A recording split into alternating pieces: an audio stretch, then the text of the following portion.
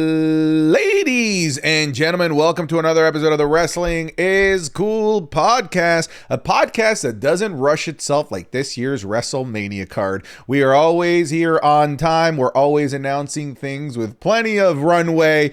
But meanwhile, here comes WWE and says, you get a match. You get a match. Gunther, we had nothing for you. Psych, you get a match. Everybody gets a match at WrestleMania. Sancho, the match card is, I was going to say slowly coming together. It's very quickly coming together. They've announced, I think, six, seven, I hate myself, matches within just the last episode of Monday Night Raw and Friday Night SmackDown. That's where we're at today. It's a crash course WrestleMania build, my friend. Are you feeling the gravitational pull yet? Are you feeling the zero G's of how fast we're moving to this road to WrestleMania, pal? It blows my mind when I ask for logical steps forward. I'm the bad guy. I'm like, why am I the bad guy? I tweet out, how did we get this Penta ladder match? And we're like, just shut up and enjoy it. We got it. I'm like, okay, I get it. But how did we get here? Well, you weren't watching. You weren't watching weekly episodes of Main Event to keep track. That's not how it works. First off, when you watch Main Event, they have no mention that it's going to qualify. It's a total retcon. It's a total retcon. 1,000,000%, dude. Some of the matches that they're alluding to, that like, oh, he qualified because of this match, happened in early January. And I'm like, what are you talking about? And then they go, oh, you don't watch Main Event? I go, oh, let me check.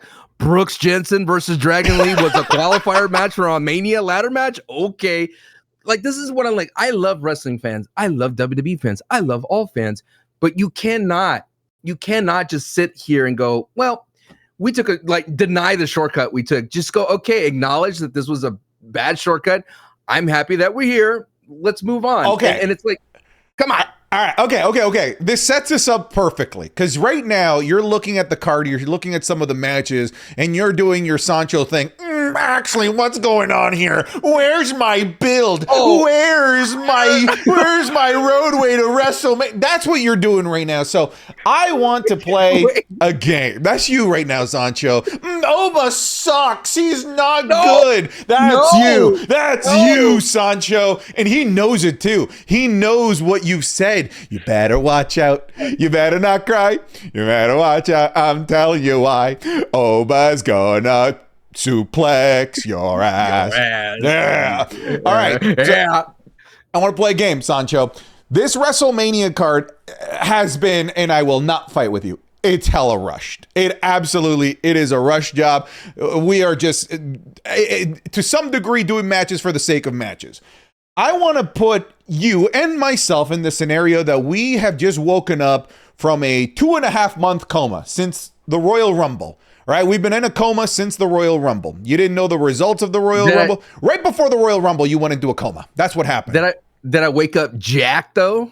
No, your muscles have atrophied. You are skin and bones, brother.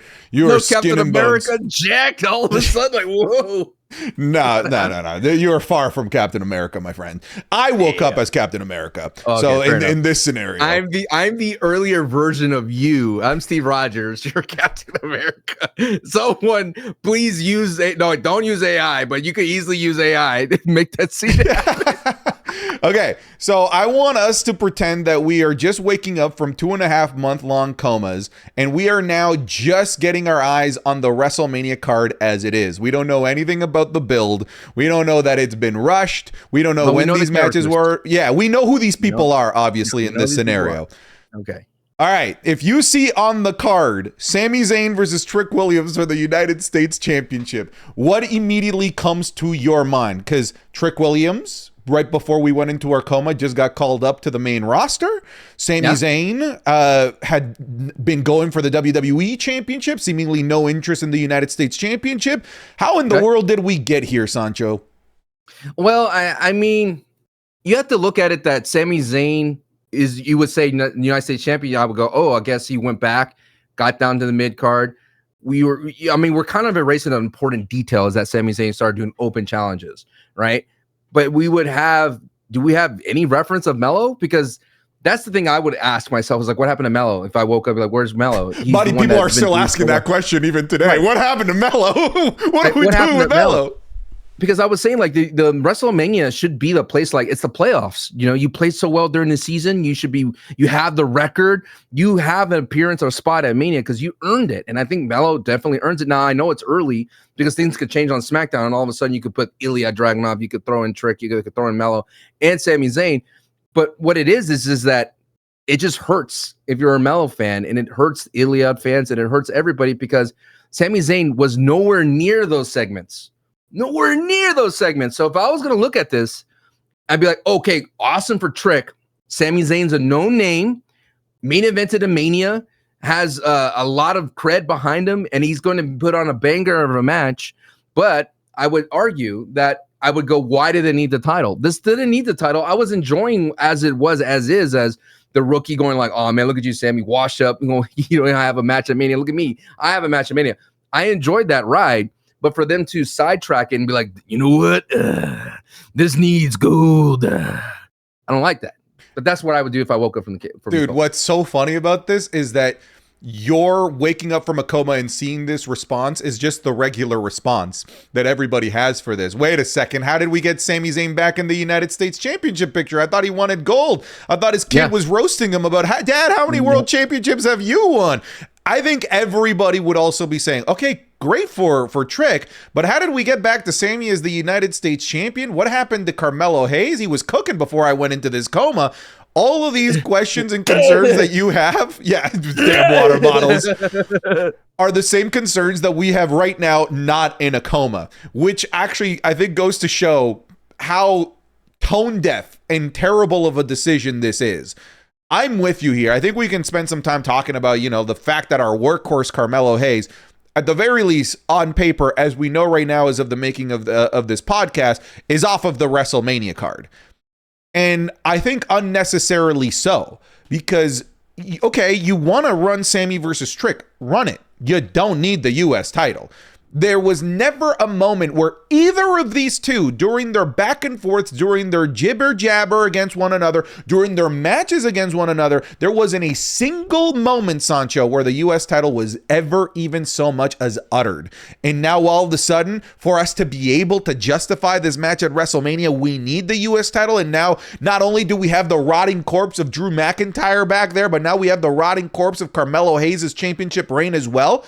It feels like unnecessary collateral damage, like completely unnecessary, when you could have still had Melo go in as the United States champion, have his open challenge match. You could have still ran Melo Trick versus Sami Zayn with the exact same level of excitement. The only upside here, Sancho, is that you have the potential of Trick Williams now getting to celebrate as the United States champion, but I just don't think that upside is worth the downside of what we've done here to Carmelo Hayes.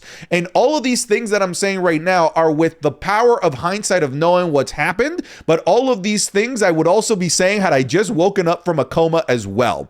There's all, regardless of coma or not, I have the same thoughts about this match. Is what it is. You know what? At the same time, though, even if it becomes a fatal four-way, I think no matter what roads that we take, what booking we take, who's in this match, Trick Williams needs to be United States champion at the end of Mania. Okay. Next, waking up from a coma match. Oh, Sancho, you won't believe this. You won't believe this. We are finally getting Finn Balor versus Dominic Mysterio. Care to weigh in as to how we got here, your excitement level now that you're awake from this coma? Immediately, I think of Finn Balor versus Damian Priest and how that feud went a little bit too long and that the payoff didn't work out. Like I said this at the very beginning when we were sniffing what was happening with Balor and Finn and Dominic Mysterio. I was like, you can't really launch Dominic Mysterio off of Finn Balor, and you can't really launch Finn Balor off of Dom. It just, for some reason, it's too oil and water for me. I know that there's history there, and I know that Finn Balor has history with, having quarrel with someone in the Judgment Day, but for some reason it doesn't click for me. And when I see Dominic Mysterio run away from Finn Balor and JD, it's like, it's too weird for me. And I would be like, okay, so they finally broke up Judgment Day would be the first thing. Judgment Day should be in shambles, but I'm not getting any remnants of that. Just jumping to the current day, I'm not getting any feelings of Judgment Day is on the fritz, because you have Liv Morgan, Raquel, and Roxy still doing their thing on the ladies' side of things. But for the men, it doesn't feel like it's the world's crashing down for Judgment Day. It just feels like another feud between the babyface and the Weasley heel. So where's the IC title? It's gone, right? There's no kind of juice behind it. And at the same time, Dominic Mysterio cuts a promo about Finn Balor on commercial. Yeah. So if I were to be like, hey, why is Dom, the king of the luchadors, cutting a promo about Finn Balor? And I think like the one thing that I noticed from Finn Balor is what he wants to do is teach Dom a lesson, which is not his job to do. It should be Ray's. I really feel like if you put, like, for example, if Damian was the surrogate father to Dominic Mysterio, this match would make much more sense than Finn Balor being the surrogate father to Dom. It has been set up in the past because you have to remember this was on ice for a long time. So I would know that Finn Balor and Dominic Mysterio have been having this back and forth, like, listen to Finn, you win type of situation. You need to do this, Dom. Stay away from that person, Dominic Mysterio. They had that inkling, like, what, 6 months ago, where Finn Balor looked like he was trying to take over Judgment Day, become the leader, and him and Liv Morgan were kind of butting heads, and Finn Balor brings in Roxy. But it seems as though the WWE creative has forgot about all that in this match. Yeah, if I had just woken up from a coma and saw this, and I saw no IC title, I would say, oh, so this is a nasty blood feud, right? This is right. This has Judgment Day divided. We're getting like a right. Judgment Day Civil War. JD McDonough must be conflicted. You know, there must be some real emotion behind this. But when you look at the reality of where we're at with this feud, it feels about as, I don't want to call it a throwaway feud, but I do want to call it a background feud. And it doesn't help that the announcement of this match officially happened in a pre-recorded Finn Balor vignette talking about, teaching Dom a lesson. And it doesn't help. WrestleMania. And it doesn't help that Dom's rebuttal was on commercial break where half of your audience didn't see it. They had to watch it through reactors on Instagram that are international.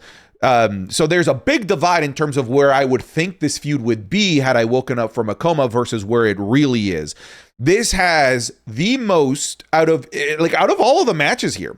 This has the most runway to have been as personal as it could possibly have been. This has the most amount of history aside from Randy Orton and Cody Rhodes to really dive into and explore the personal decisions behind everything that happened.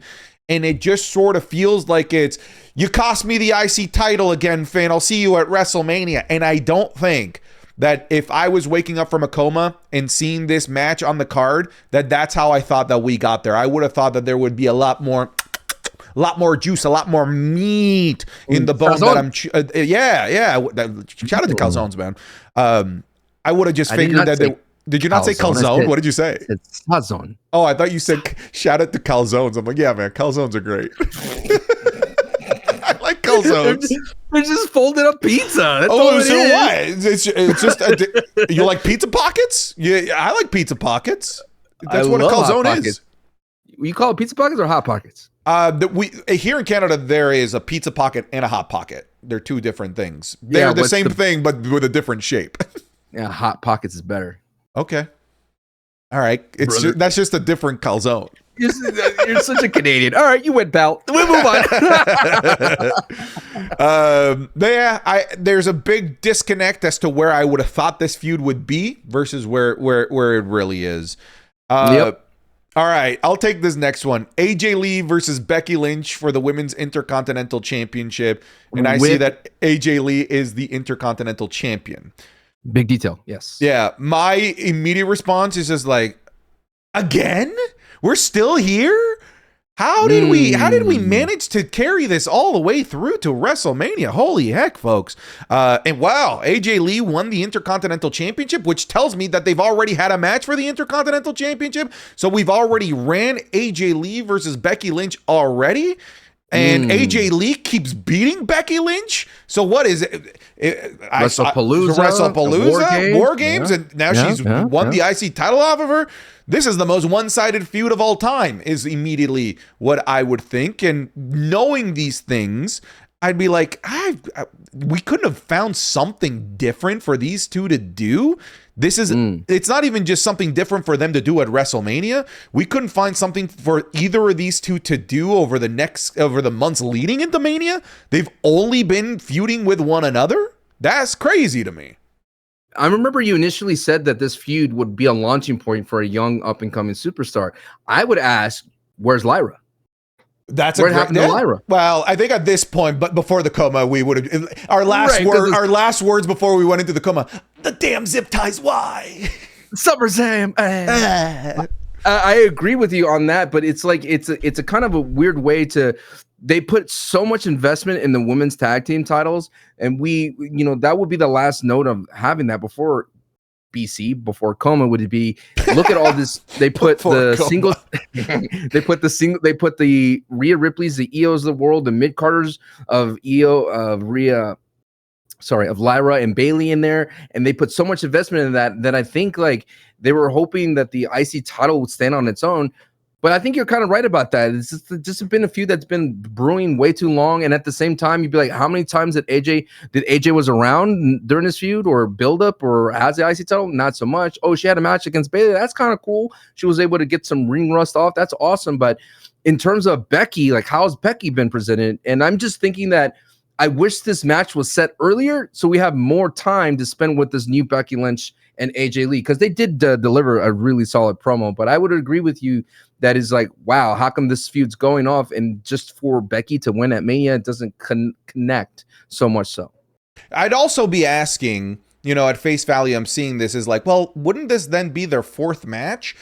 And if it's their fourth match, why don't we have a stipulation here? Where you'd think that this would have earned something in terms of a street loser fight. Leaves town. Yeah, where's the fourth match feel here, right? Oh, that would give Becky some heat, ending the career. But I guess only Gunther could do that. Yeah, Gunther has to put her in a sleeper hold. It could be like a street fight, false count anywhere, just something to make it feel like this has been a long-standing feud that's about to end at Mania. Wait, what is tic-tac-toe? Tic-tac-toe. Just play tic-tac-toe for the belt. Rock, paper, scissors. Oh, I'm classic more of a Connect Four kind of guy. Oh, yeah. What about the Connect Four, the basketballs? Those are cool. Yeah, like arcades. Yeah, those are fun. Those are fun. Yeah. I think I'd wake up from the coma like with all of those questions. Anything you want to add there? I'm surprised that 2K didn't sponsor this match and make it like a scrapyard match. Like just add to that. Just. Why not? We're commercializing the WWE. We have logos everywhere. There's segments sponsored all over there. We have literally a fireball ladder that's going to be used for that Penta match. We have we have the Slim Jim tables. Just give me a scrapyard 2K match and just have Becky and AJ running around and doing their thing. Give me a scaffold match. Classic. A scaffold match, dude. I remember like you could fight in WrestleMania 19, the game. You could fight in like New York City, like construction sites, and you could like literally like launch somebody off a skyscraper. It's crazy. Anyways, the old Rey Mysterio. Yeah, I think this will be my favorite one to talk about. Sancho, you just woke up from a coma. You're seeing Drew McIntyre versus Jacob Fatu. And it's a unsanctioned match. There is no title here because when you went to bed, Drew McIntyre was the WWE champion. What's going through your mind right now as you're waking up? Are you in a cold sweat and a panic, wondering, wait, where's this title? I would say, where's Cody? Where's Randy? Shouldn't this be for the title? It should be a fatal four-way unsanctioned match. Like, where's the other characters? Where's Drew? I think that's been the kind of theme for Drew McIntyre for a long time. Drew, where are you? What are you doing? Drew, why are you here? You should be up there. You should be in first class, my man. You should be enjoying the succulent meals up there. And why are you down here with us? Why are you down here with me, man? This is not a place you should be. But I would also say, like, what happened to Jacob Fatu? Who kicked your teeth, Jacob? What happened with that? Is it Drew? Did Drew do it? Let me know. Oh, wait, did Randy do it? Wait, you don't care anymore? Now you're against Drew because Drew took your Mania spot away?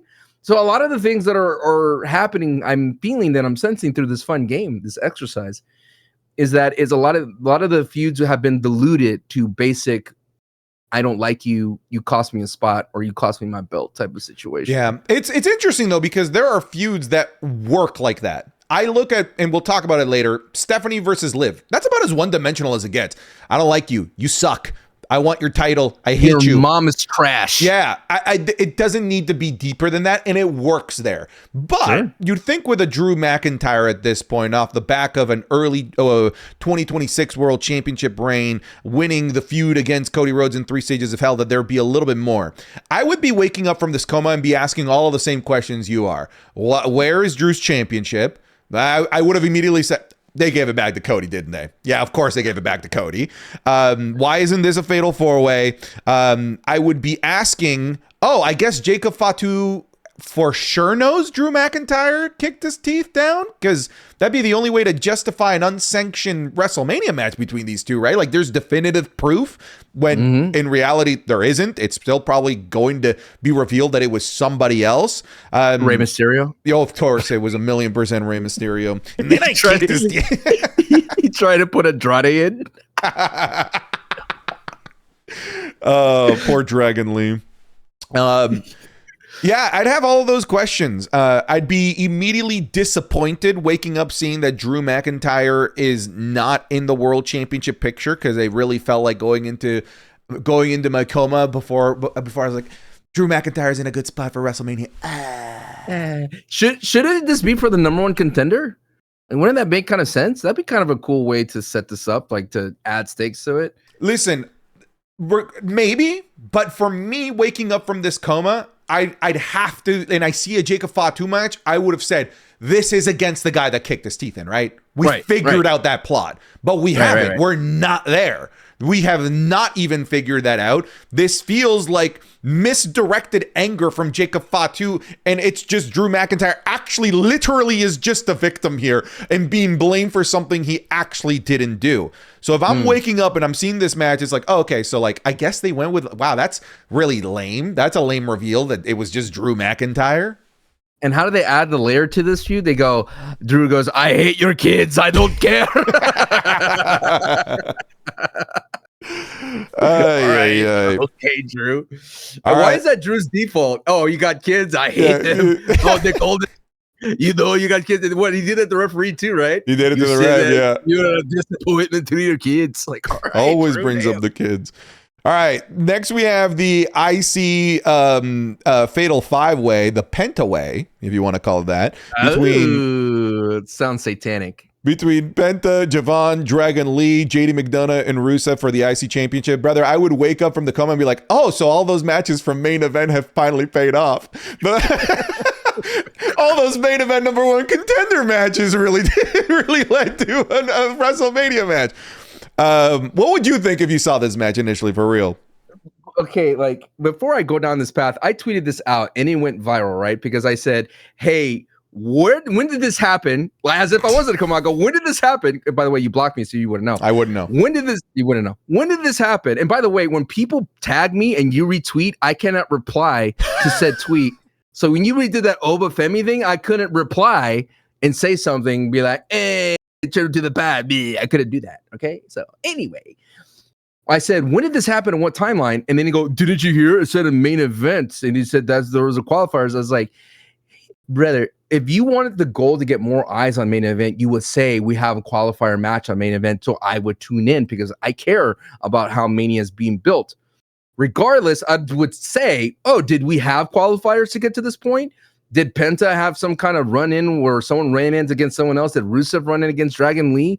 Was there a friction between Dragon Lee and JD McDonough? Did JD McDonough get screwed out of an opportunity by another wrestler? Did Javon Evans, what happened with him and Kofi? Is that not happening? I would have those many questions.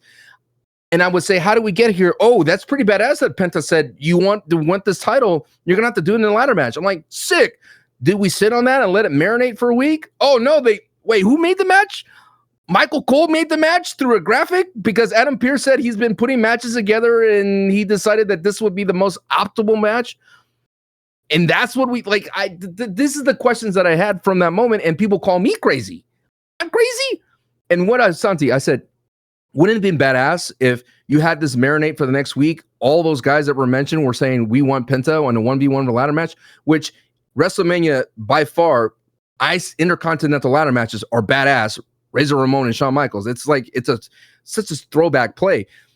You have all these guys saying we want Penta, and then Penta comes out and goes like, you know what? I'll take all of you on. I'm like, oh hell yeah, zero fear, Seattle Metal, like that's awesome. That'll make Penta look like more of a badass. And instead, they had Michael Cole who fumbled in his line, deliver that Mania match. It's gonna be awesome, but we could have got better there in a better way. That would be my questions. It's funny. It's funny that you would have had a lot more, I guess, questions and wishes as to like, did they do like this billable? I would have woken up and seen this like they announced this like a week before Mania, didn't they? They did. That's actually exactly how I would wake up. Yeah, they put no effort into this, did they? And they'd be like, yeah, Santi, they announced this just like out of nowhere. Yeah, that's about right. Here's what's funny, Sancho. Funnily enough, would have been better with it had they just said, yeah, these are just like 5 awesome dudes. Here's a ladder match, as opposed to like, yeah, that match and main event from January 4th between Brooks Jensen and Dragon Lee. That was a qualifier match the whole time. Brooks Jensen was this close to making his WrestleMania debut. This is one they didn't need to try on. I actually think, Sancho, this could have been fine just as a showcase match for the sake of a showcase match to get guys on the WrestleMania card. Then bless their soul for trying to create a narrative that allegedly retconned exists. It can just be like, hey, here's 5 crazy dudes. This match is going to be insane. And I would have woke up from and seen this eclectic grouping here and said, yeah, they just threw this up together on the fly, didn't they? And I would have been right. And at least give it to Penta. Let Penta say it. What if Penta did that promo the same way? It's going to be in a ladder match. And guess what? I want to do it against Dragon Lee. All right, yay. Rusev. Wait, he want more? JD McDonough. JD McDonough. And Javon Evans. You would be like, damn, he wants all those people. You know what I mean? Then we'd be like, okay, this is Penta saying what he wants. This is the babyface wanting this fight. This is what makes Penta awesome. But instead, it just feels like, again, it's fine to have a showcase. AEW does it all the time. And I do believe WWE should have that in their back pocket. Like at any moment we need a spice up a PLE, we could just boom, throw in a match. It's going to be two of the best in the mid card. We don't care. We know this is going to bang. You're going to enjoy it. Enjoy the ride. Like I'm fine with that, but don't like, again, it feels like I'm a child and you're trying to give me this story. Like, just tell me you don't want me to go outside. You know what I mean? Don't tell me there's a boogeyman around the corner or the kukui. All right. Just tell me don't go outside. Another thing that neither of us mentioned upon waking up from this coma is neither of us seem shocked that Penta's the IC champion. No, because they were feuding with Dom, like Dom and Penta had a banger Mania run last year. I would be like, oh yeah, Penta was around that picture. I would have woken up and been pleasantly surprised. That's nice. I think they made a great decision here. Good for him. Is his brother around? Question.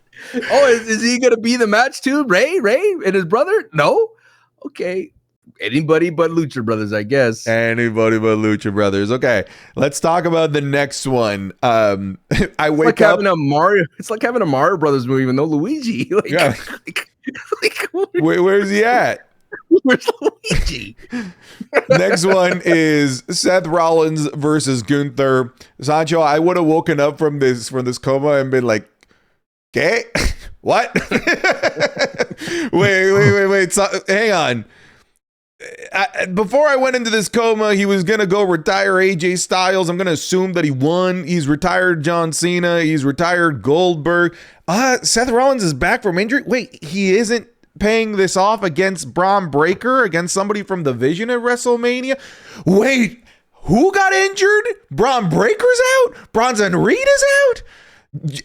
I Show Speed has accidentally joined the Vision. What happened to the Vision while I was gone? Oh my God. That would have been kind of like my initial gut reaction. It would have been the wait, had I seen this happen. Because Sancho, I think this is just them trying to make a casserole out of ingredients that had nowhere else to be. You could have leftovers, unfortunately. Individually, those leftovers might not have been very good, but you put them together, and now all of a sudden, you can actually potentially get a nice, delicious, succulent stew between Seth Rollins and Gunther, because the alternative here, Sancho, and I get it, there is no build here. The alternative is that these two just aren't on the Mania card, and I don't like that alternative. Brother, you just reminded me, this weekend I went to this place called Coco's. It's like a bar, and I had a chicken schnitzel sandwich, big bread. This thing is a honker, brother, this big. And I forgot to eat it as leftovers. I only ate like a quarter of it, and it was so good. Where is it? Damn. It's in the fridge. I'm not going to eat it now. Oh, well, how old is it? We went on Sunday. It is still Tuesday. It's Tuesday. It's got legs. I'm not eating that. Hell no, I ain't eating that. It's got legs. No way, dude. Brother. I mean, that's the sandwich, the bread, dude, soggy. Listen, it's right before it becomes poisonous when it's at its best. That's when it's at its most succulent, brother. No, you're the devil on my shoulder. Just eat it, bro. It's not gonna hurt you, dude. So what? You lose about 2 pounds if it destroys your gut. Just eat it. That's how I feel about Rollins and Gunther. It is leftovers, and I'm happy that they're capitalizing on it and they're eating the leftovers. They're not like don't want to throw away food. Don't throw away food. Right, food is food. Right. And I was of the mind that we don't need Seth Rollins this Mania. I was okay with him sitting one out. But I know that the WWE and every wrestler is always worried, like, will they remember me if I'm missing a cycle? I know Bianca Belair must be going through hell, and mentally, it's like, do they remember me? Do they miss me? Of course we do. Same thing with Naomi. Like, we miss you guys. You guys are awesome. And I'm thinking, like, I would have never missed Seth Rollins, though, right? It's clear as day that Seth Rollins is still top fiver in the business right, when it comes to the WWE. But Gunther, Seth Rollins, I would have been like, okay, there must have been a deal with Paul Heyman. And that's where I'm at right now with it. Right. I assumed that there was a deal. I didn't even tweeted that out. And people were like, how do you know? I'm like, it's the best. If you wanted to add a story to it, Paul Heyman. It's an easy point A to point B to connect. Like it's easy. It's easy. He's like the Danhausen curse. It's easy to justify things. It's easy for Danhausen to curse I Show Speed, and the curse just keeps getting Dude, I know that's not the topic right now, but I think it's so funny that his curse is him inadvertently joining the worst faction in WWE right now. And he plays it so well, right? He's like, no, wait. So good. No. He's so good. So going back to Gunther and Seth Rollins, it is the best case scenario. You could not have Gunther off the card. I would also be wondering, this is dumb me waking out of coma, which could be the equivalent of me now. Could be the same. Is Seth Rollins retiring? That'd be the question that I have. Well, is Gunther trying to kill his career? That'd be the question. Yeah, but then that doesn't completely go with the narrative of he was a hired hitter. No, it doesn't. You know so what that's I mean? What I agree. It's two opposing views. And we do still have the Braun Breaker side of the story to tell, which I would imagine will be our Jaws, our summer blockbuster for Monday Night Raw when Roman Reigns and Brock Lesnar are gone. I think the narrative is going to hinge heavily on Braun Breaker and Seth Rollins post WrestleMania. Heck, I wouldn't be surprised if Braun Breaker makes an appearance during this WrestleMania match to help Gunther win, to keep his shtick going of being unbeatable and setting up Braun Breaker versus Seth Rollins post WrestleMania. But nonetheless, we can't ignore the fact that this is just a match for a match to give the guys a match. I am still baffled by how many people are complaining about this. I think it's very clear as day that WWE tried to wait as long as possible to give us Braun Breaker versus Seth Rollins. We can't cry over spilled milk here. It's not even spilled milk. It's an entire truck of milk that has exploded. We can't put it all back in. We can't have Braun Breaker. We can't have Rey Mysterio. They're not available. So how can you be upset over WWE running what is a very great pivot, by the way, a singles match that people have been waiting for a very long time, that has been teased for a very long time, in Seth versus Gunther? I get that it could have been done under better circumstances, but the other circumstances that would have been at play if they didn't do this was they just both miss Mania. And I think that scenario is unacceptable. I am far more satisfied with them doing this out of nothing than actually giving us nothing. I'm hoping Gunther plays on the idea that Seth Rollins should retire. It's like a different kind of play. Colby, you should retire. Your wife is on her way out the door. She didn't. You haven't been the same since the knee injury in 2015. Right. Colby. And you're back. Don't you have a Rue? You should be, all those kinds of things, and like, you should go and continue your career as a sports personality. You're really good at that. That's where you should be. Like, that is where I see you. Let me put you out of your misery, type of thing. Like, that'd be interesting, because when Seth Rollins does overcome Gunther, that would add to Seth Rollins. Like, I'm never leaving this business. I will die in this business the day I live. I love the spotlight. Like, that's the kind of stuff that works really well for Seth Rollins. And for Gunther, maybe we could finally, like we talked about, which we predicted, which a lot of other people predicted too, but we got to pat ourselves in the back that we kind of put that together. We made them happen. Yeah, it was the best of the situation. The best available thing. We need to rinse out Gunther's career killer the best way, and Seth Rollins has the ability to do that. You know what I wouldn't want out of this? If I woke up from a coma and be like, you said, hey, by the way, Seth Rollins has a lot of masked men running around like he's Batman. I'd be like, is this a cinematic match? Then have a bunch of masked men standing there, and Gunther walks in the room, and he has to figure out who's the real Seth Rollins. And then Seth Rollins just throws people at him like he's like a Pokemon. You know what I mean? All right. Next coma match we're waking up to see is the Irresistible Forces versus Charlexa versus Lyra and Bailey versus the Bella Twins. I'd say a couple things. I'd be like, wait, the Bellas are back? How the heck did this happen? Hey, you could look and you can't touch, bro. Yeah, I'd be like, well, at least Lyra's getting on the Mania card. I thought she was still in the doghouse, so I guess like good for her. I would say, oh, wow. I guess the tag team division remained relevant even without Rhea Ripley and Io Sky being in it anymore. Okay. Yeah. I would then look at the rest of the card and be like, where's Io Sky? That's a different conversation altogether. I would also say, man, I thought they were like, since as early back as like the end of the year, I thought they were really teasing some sort of like TLC here. I would also say that. But I'd also just be happy. Hey, you know what? They put in a lot of effort into this division. Glad they got on the Mania card and got as many names in there as possible. Yeah, I would say like shout out to Last Legend too for making a Mania too. That's true. I would wake up and because this week you wouldn't have seen Lash Legend's performance at the Rumble yet. That's right. Pre-coma. Yeah. BC, as you said. I'd be like, that's awesome that she made it to there. And I like this match a lot. I do wish it was a gimmick match, but I'm seeing the WWE logic that you can have too many ladder matches. If it's going to go to Penta, it's going to go to Penta. I mean, you already have unsanctioned match. You already have, you just literally had a street fight. So who knows what you can pull out of this? But I still think a fatal four-way. I like fatal four-ways when it's a traditional tag team. I just hope it doesn't break down to a tornado fatal four-way. That's what I would want. Like, you want a tornado four-way? Just so much. I guess it warrants it because the Irresistible Forces have been DQing everywhere. There's been so many DQs. I guess you're right. You can't end this match on a DQ. I guess you're right. Yeah, what I don't want is that like weird four corners tag match that they do sometimes with only two people in the ring and they can tag into what that I don't like. I guess maybe when I say tornado, I don't mean like everyone in the ring at the same time. I more so mean 4 women, one representative from each team being in the match at all times. That's what I would prefer to see. They recreate the New Day spot with Nia and Lash. I don't know what spot is. They try to pin each other to win.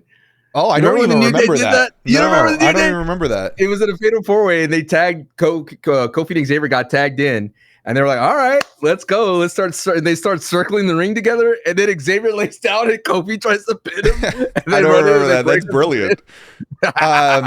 What's the best case scenario for this match? Because I think the absolute best case scenario for this match is this is like that WrestleMania 39 showcase tag match. Remember that? That absolute heater that people still revere to this day. Braun Strowman and Ricochet? Yeah. That I think is best case scenario. Worst case scenario, this is they gave them like 6 minutes. I hope that that's not the case. They've put in so much time into this division. I really think that, and you got Charlotte in there. Like if you want to talk about like big star power, you do have Charlotte in there and Alexa Bliss. So I hope that they get some time. And the Bella twins, how dare you? Of course. How dare you? I will say, as much as I wanted a TLC match, I look at this roster in this match. I don't think that would have been conducive of a good TLC match. Because who's taking the bumps here? Pretty much just Lyra and Lash. Honestly, Nikki Bella's been taking some nasty bumps lately. Yeah, she's been going for it. She's been putting effort, man. Nikki Bella really has been trying. Yeah, give some love to Nikki Bella, dude. But at the same time, I would say this. Like, what you say? What's the worst case scenario?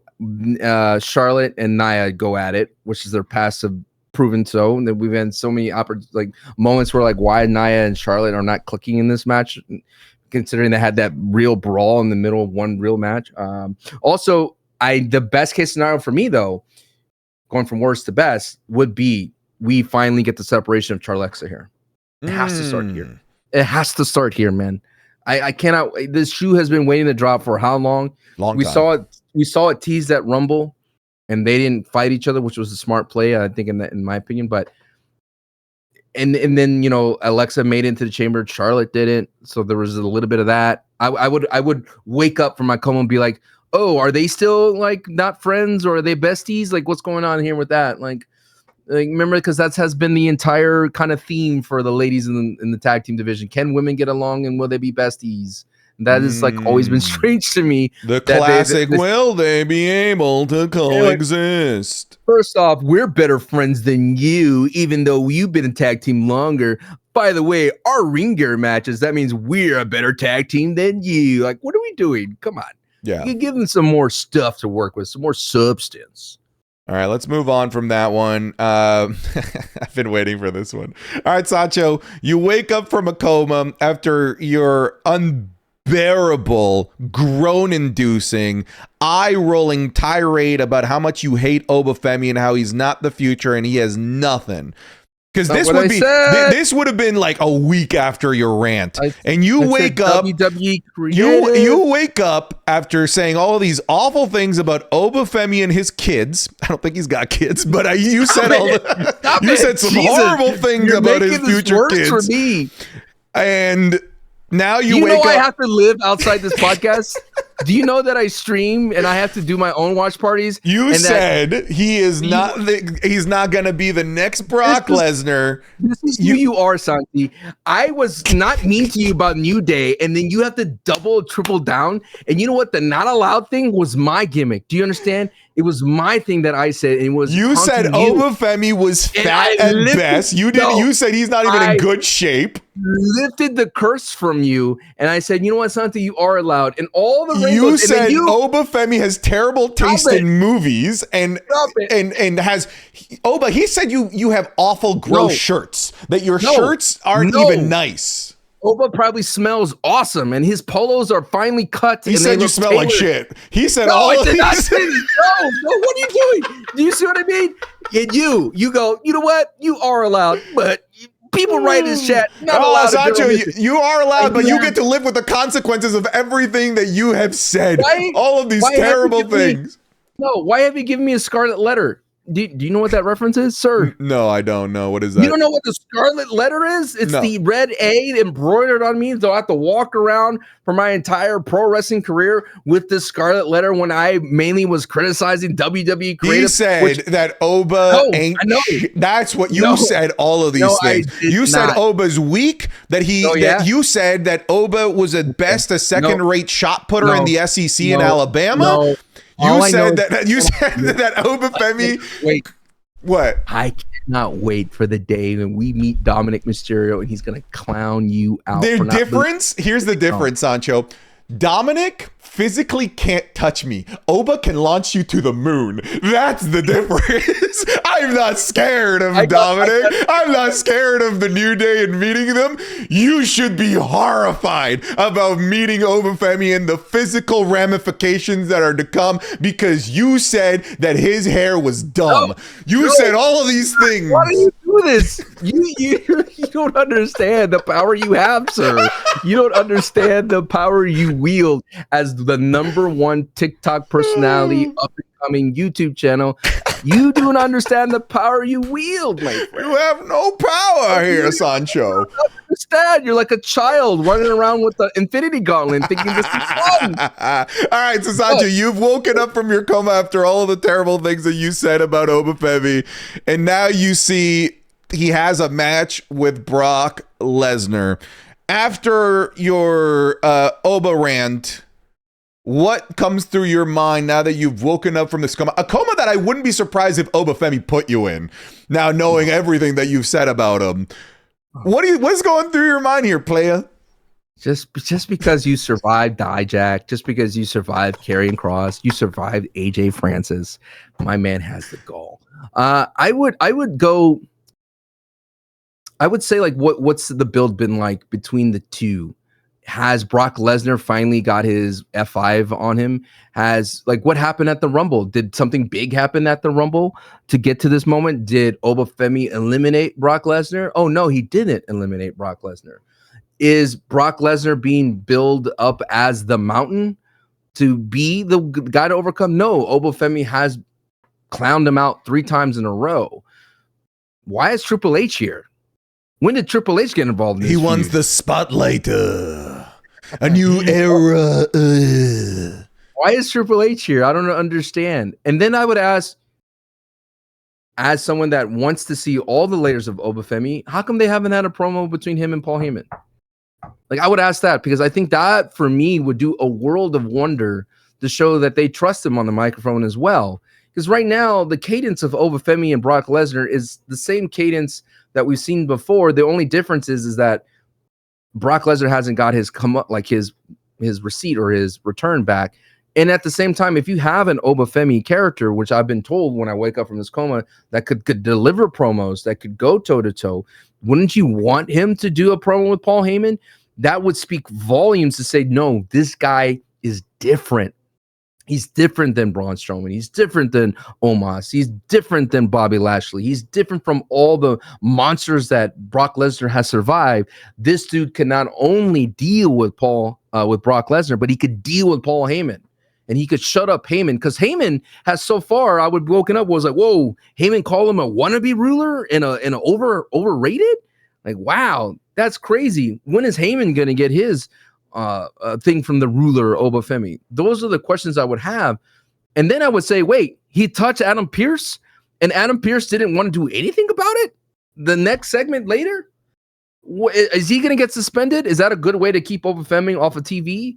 And now he's going to be suspended? Or is he going to, dare I say, have the Dominic Mysterio type of entrance because the WWE and Adam Pearce pressed charges on him because he assaulted him? So many options here. But you know what would be what happened, Santi, is they would just ignore all that happened and keep pushing forward. And then I would worry, be like, okay, Brock Lesnar needs to get something over Oba quickly. If not, you have to be worried for Oba fans going into Mania.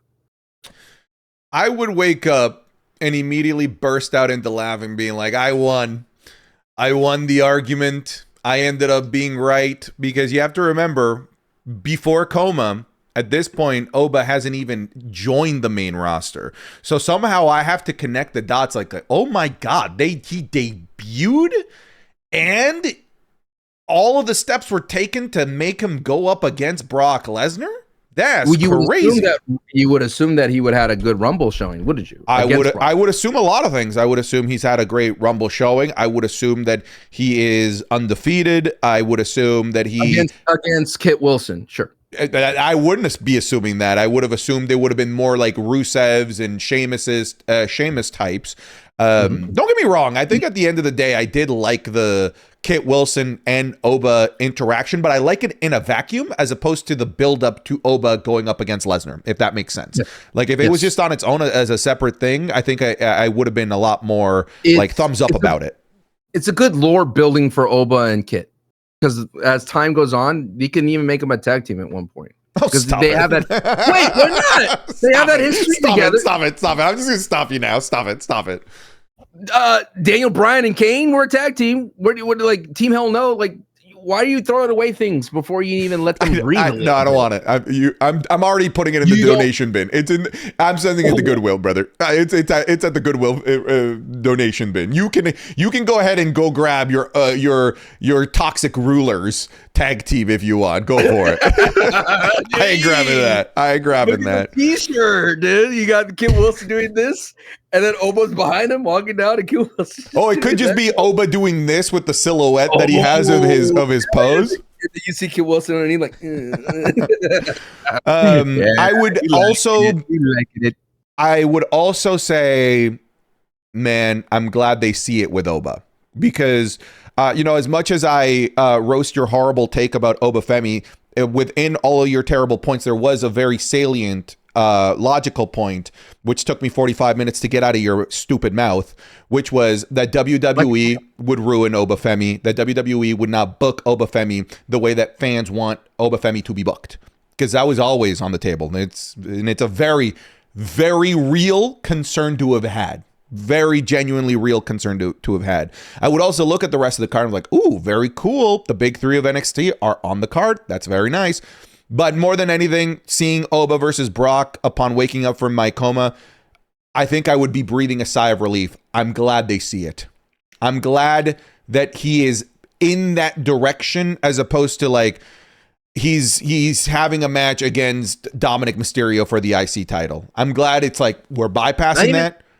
Really? I think they made the right call by bypassing mid-card with Oba. And I think the mid-card, let the other two of the big three be a part of it. Let Trick and Javon go through the more natural grind. Because and that was part of what our argument was. Like, I think Oba's a Brock Lesnar type that can be pushed immediately to the main event, that can win King of the Ring, that can win a world title within year one. And waking up from this coma that they're already booking Oba Lesnar tells me I think they see it like that too.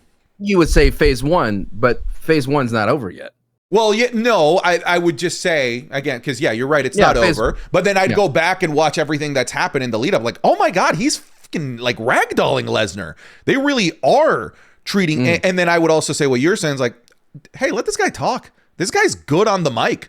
This guy is, I think, has more layers on the mic than Trick Williams, because Trick Williams is really charismatic. Trick Williams is really good at like getting you to listen to what he says. But like Oba, I think, is actually a better wordsmith and storyteller. Like when he said to The Miz, like, I don't see a resemblance to The Undertaker, but I do see a dead man. Like those are the types of like memorable quotes that aren't catchphrases that Oba was really known for in NXT. Trick is very catchphrasy, very charismatic, and really relies on just him being so likable. Oba, when it came to his promos, he was a really good wordsmith storyteller that we have yet to see so far on the main roster. I would wonder, why are we letting him do that? Why are we afraid to let him talk when he is very good on the microphone? Is there a fear? And I ask this because I do agree with you about Trick, but catchphrases is the WWE bread and butter. You have catchphrases, you're on your way, and you're charismatic. That's Rock 101, right? My fear is that my question is, do you think the WWE fears that he would get what trying to tell those stories? Because if he's a great you want to know why? You want to know why? Because he doesn't get whatted, he gets hoed. In his NXT in his NXT promos, his cadence was absolutely set up to get hit with whats. Because he has that cadence where it stops every couple words, but instead of getting whatted, people were saying, "Oh," he would say something, "Oh," and it just added to the environment of Obafemi. And now seeing how the crowd is reacting to Oba, I don't have a fear that he would get whatted. I have an excitement that his promos would be full of "Oh." I just say that because Jacob Fatu got whatted. That was crazy, right? That's crazy that he got whatted. And Jacob Fatu has that cadence to get whatted. The same kind of cadence that stops every couple of sentences that opens up the door to get hit with the what.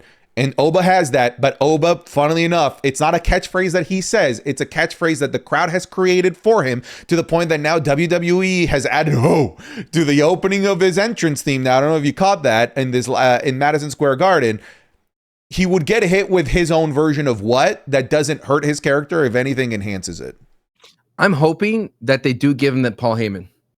It's like the last piece of the pie, in my opinion, where he has to put Heyman in this place.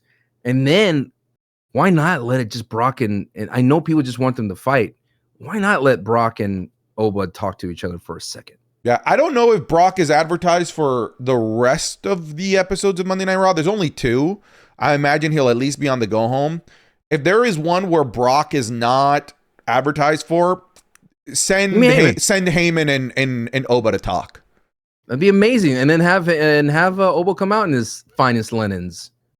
And man, awesome. and I hope the crowd plays into like, no what's, just ho. With every word that he says, because it's a sight, dude. When he's cutting a promo and everybody's is hitting the Oba Femi Fortnite emote instead of what, it creates a really cool environment. And I think that definitely was amplified by NXT understanding that that's what they're there to do. It's a much more intimate space, but every crowd's different. So yeah, that's what a lot of us were nervous about with his entrances, that they weren't going to know none of that. But it's all by the wayside. No fears on that regard. I think Madison Square Garden would have been a great place to do at least a taste of that. And I think like when they went with the security guards again, I was like, okay, safe choice, solid choice. But let me hear Oba talk against Paul. Yeah. All right, Sancho, you've woken up from a coma. You see Jade Cargill, WWE Women's Champion versus Rhea Ripley is on the card. What's going through your head, Bubba? Why do people want to bury this thing? What happened with Jade's baddies with Michin and BFAB? I'd be like, Michin and BFAB are now part of Jade's. Wait, what happened? Didn't they like hate each other? Wasn't Jade destroying BFAB and Michin throughout this entire time? Wasn't Jade walking around as if she's a lone wolf and everybody just hated her? And all of a sudden, like now she has a faction. I would wait like, okay, Rhea's on SmackDown. What's Rhea doing? What happened to Io? Io hasn't been involved in this feud at all, which would have been easy pickings for Jade Cargill now with BFAB and Michin. And I would wonder, what is their angle? Like, what are they playing on? Oh, this is a very surface level feud, but it is getting added as time goes on. And the surface level, and I would say these are 2 beast powerhouse women superstars going at it in Mania. And I would be excited considering that I wasn't part of their promos and things building up to this. And I would say this would probably be the first real challenge to Jade Cargill as champion. And Rhea Ripley and Jade have the same like kind of structures and body types, so where they could have that meat on meat type of action that we enjoy in those car crashes that Rhea Ripley can have. And I've always felt that when she has an equal, and I've said this like a broken record, but when she has equal footing with another wrestler, it's better, because she didn't work well with Nia Jax. Like that doesn't work well for Rhea Ripley. She does work really well against smaller wrestlers. That's always working, where she could just ragdoll them. But when it's an equal power level that we see between Jade and Rhea, I'm excited. But dude, I feel like I'm on an island here about Jade's baddies. I really do. I'm the SmackDown reviewer. SmackDown needs heels. We just got 2 more heels. That's a W in my book. I know people didn't like them stepping all over each other's lines, but I'm like, dude, it's not everything has to be a wrestling promo where I'm going to talk to you about this and I'm going to wait for you to say something. You have a 3-headed hydra of Michin, BFAB, and Jade going after Rhea, and that to me is exciting. I mean, good for you. Little buddy. Don't do that to me. Good for you, little buddy. Don't do that to me. That you're into this. I think you're being highly optimistic about like the talking over each other. I thought my interpretation of that is felt like Rhea Ripley was sandbagging this promo. That Rhea Ripley actively damaged the coming out party of this faction because she was laughing. She was kind of mocking them throughout. Like she didn't really sell this new dangerous or the danger of this faction. To be fair, it's BFAB and Michin. It's not particularly like they scream danger. I know she got beat down, but that promo was really, really crucial at helping me get on board that this faction should be taken seriously.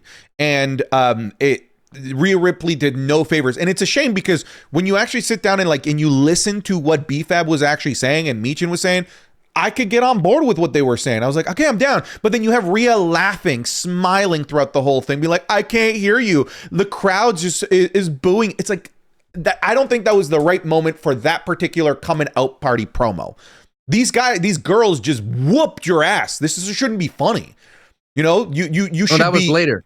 No, the night before. Sorry, the week before when they came out and they joined. I see what you're saying. It shouldn't be fun and games for Rhea in that moment. That's my personal opinion. I would wake she's up. a babyface. She's a babyface. She got to have that bold, like that. I get she's a babyface, but like I think of like, you know, the biggest babyface, Cody Rhodes. I don't think in that situation he's making light of the faction that beat him up. I think Cody with his facial expressions is putting them over. He's angry. He's pissed. He wants to get at them. Rhea was too nonchalant. Would you agree with that? Well, I would say that BFAB and Michin, the story was buried about them being so exhausted of Rhea Ripley that she always ends up on top and then she always gets her way. She goes wherever she wants. She's on SmackDown. She doesn't even belong on SmackDown. She doesn't even go here type of vibes. And Jade was able to needle into that, and they were able to get them on board with this idea of taking out Rhea. I hear you that she should be fearful, but I think the fear has been instilled after the 2 beatdowns and understanding that Rhea needs help. Rhea can't do it alone. I hope so, at least. Yeah, and I mean that opens up EO to help Rhea, even though EO is torn between 2 different storylines right now. In purgatory, I would say more than anything. I'm just saying SmackDown needs heels for the ladies. Secret Service is not available. Chelsea's injured. Alba Fire has been jobbing out to so many people. Nia, Jax, and Lash are in the tag team division. Julia and Kiana are so busy in being floaters between tag division to singles. Now they're weird chemistry match between Tiffy Stratton, right? And I would ask, where's Tiffy and Julia? They're not on the card right now either. Which they'll probably be on Friday. We'll see. Wouldn't you want bodies for heels? Like I don't. This is not a. No, PFC. I don't have. This is not a PFC type situation, brother. I think you seem to think that I don't like the idea of this faction existing. Oh, I'm not talking to you. Yeah. I'm talking to people out there. I'm talking to the people That's out true. there. Yeah, there's a lot of that. Who come down on me when I say something that I don't agree with, and then like I'm saying, let's give these ladies time, and immediately they're not given an opportunity. Like, which is it? Like, what do you want me to do like here, when you brother? said that Oba is a silly poop face. Like when you said that, those exact guys, pull up the chat logs. He said those exact same things. You said a silly poop face. He's ugly, you said. Don't do that. He's a good looking man. He's a good looking man. He's a good looking cat. I said that, you know, in my argument. I said he smells nice. I said he has beautiful, radiant skin. You said he's gross. I said Omos smells nice. He probably does smell amazing. He loves colognes, dude. You seen him on AAA with that suit? Looking awesome. Looking like $1 million.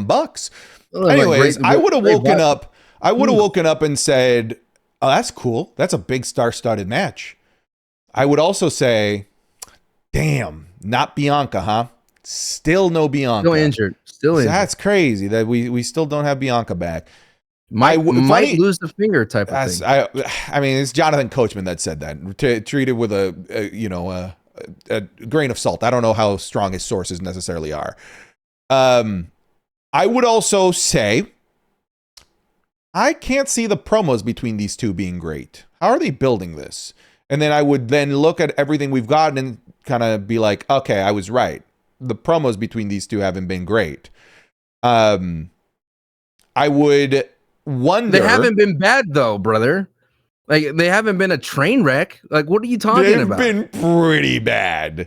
My muscles are bigger. My muscles are for wrestling. That was not good. You focus on one thing, but that one thing was their whole promo. No, the main thing was I won't let you disrespect the title. I'm going to defend this business. The title needs me. Bless your soul, man. I really appreciate your optimism. I'm not there with this feud, and neither is like 99% of the community. This is maybe the most hated feud right now. It is going into the show. Far better than Tiffy and Charlotte. Far better than Tiffy and Charlotte. I mean, if that's your bar, that's a sad bar. You know, like that's a bad bar. Presented last year. Wouldn't you be doing new business? You would look at what did we do last year? Oh, we had Charlotte and Tiffy. They went at it. We trusted them to come up with a program. They went too far immediately. We had to scale it back. All of a sudden, that ruined and soiled the entire relationship. We noticed that Jade and Jade and Rhea were going down that same path early with their whole Twitter barb. Let's wheel that in. Let's make this a professional. They shook hands. They're doing a professional job. They gave Jade a heel faction to work with. Rhea could overcome that heel faction, thus prolonging her Wonder Woman type of performance, Superman type of performance that we've seen so many times that Rhea Ripley can do. Literally pops her shoulder back into it. She's going to overcome the numbers, and that may make her championship win mean a lot. That's all I'm trying to say. I mean, you can scream it with a megaphone. I am buying what you're selling here. Are you telling me this is the bottom of WrestleMania? Yes. Of all the matches? Yes. Wow. Yeah. For Rhea Ripley? Yeah. Wow. Yeah. And it obviously there's matches with no builds right now as of the making of this video. The IC title match, the Gunther versus Seth Rollins. But I look at like pound for pound, how much opportunity these two have been given and how much runway these two have been given in terms of time and spotlight to get something over. And it is still unanimously hated. I look at Stephanie versus Liv, who have been giving 1/10 of the time, and their feud is significantly more over and far more simpler, and they have way more chemistry with one another. I think this is the worst storyline, the worst feud, the worst build with the most amount of resources, pound for pound, going into WrestleMania.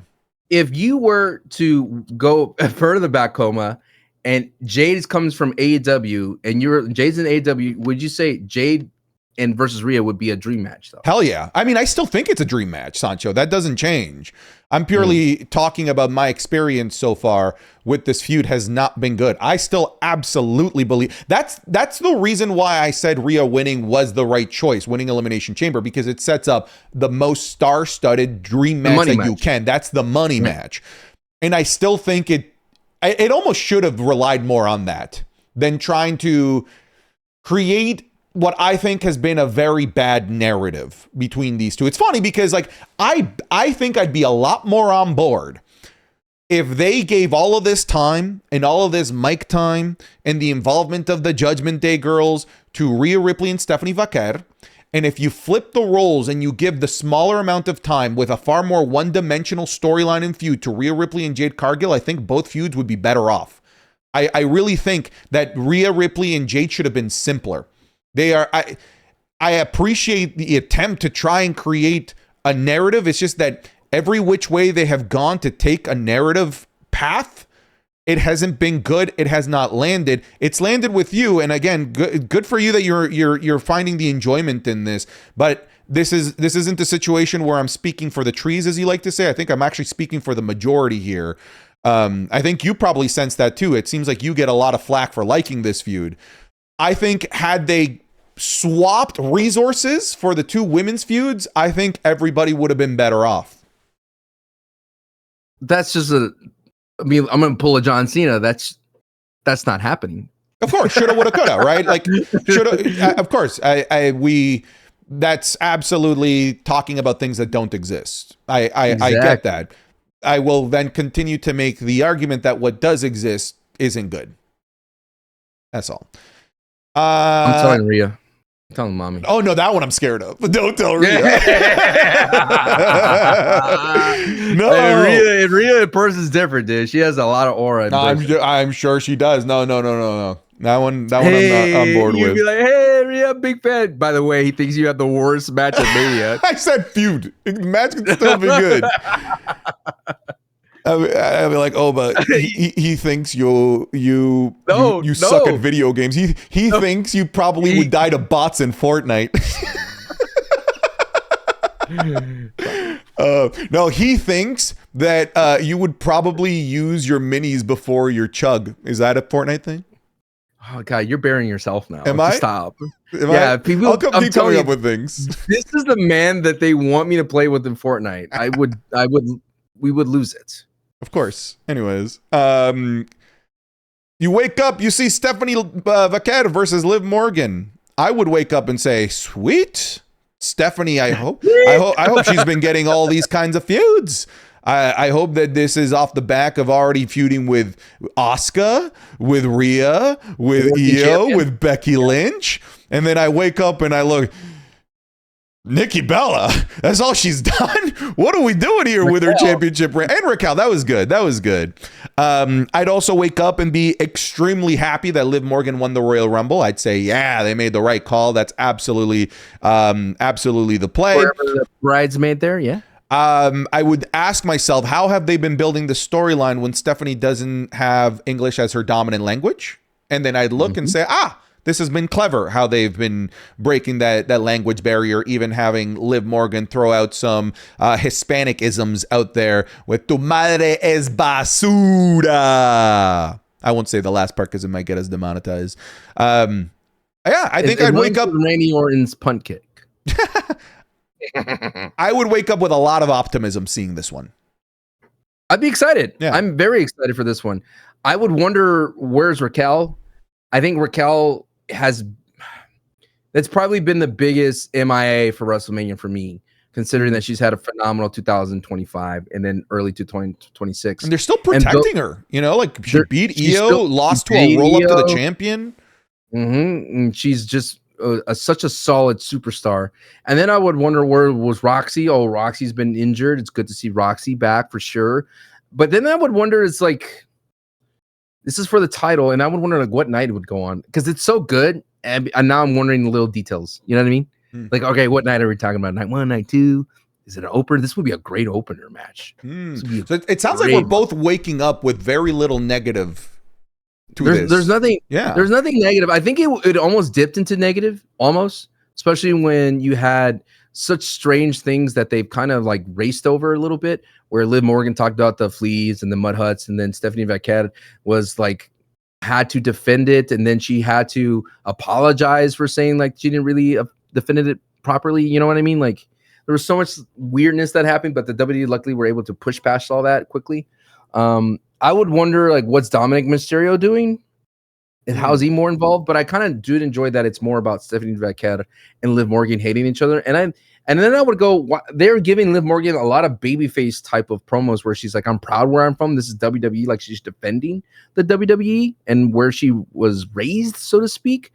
And it would make it feel like Stephanie Vaquette is invading, as if she's like an outside champion. Is that how you interpreted that? I interpreted that as like, I'm from the New York area. We fight on site. No, I interpreted because I'm combining the vignette that they had where she showed that she was training in the WWE. Yeah. Okay.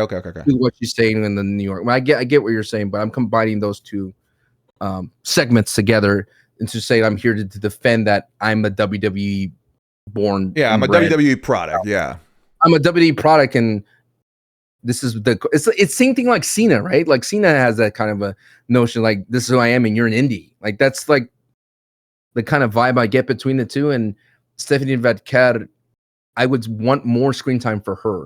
I still think she just pops up and does action, and they pop her up in vignettes here and there, but they still, like, why is the champion? I feel like they're featuring Liv Morgan more than Stephanie Vaquette. If I had to be super nitpicky. Yeah, I think that's a fair nitpick. But I'm excited.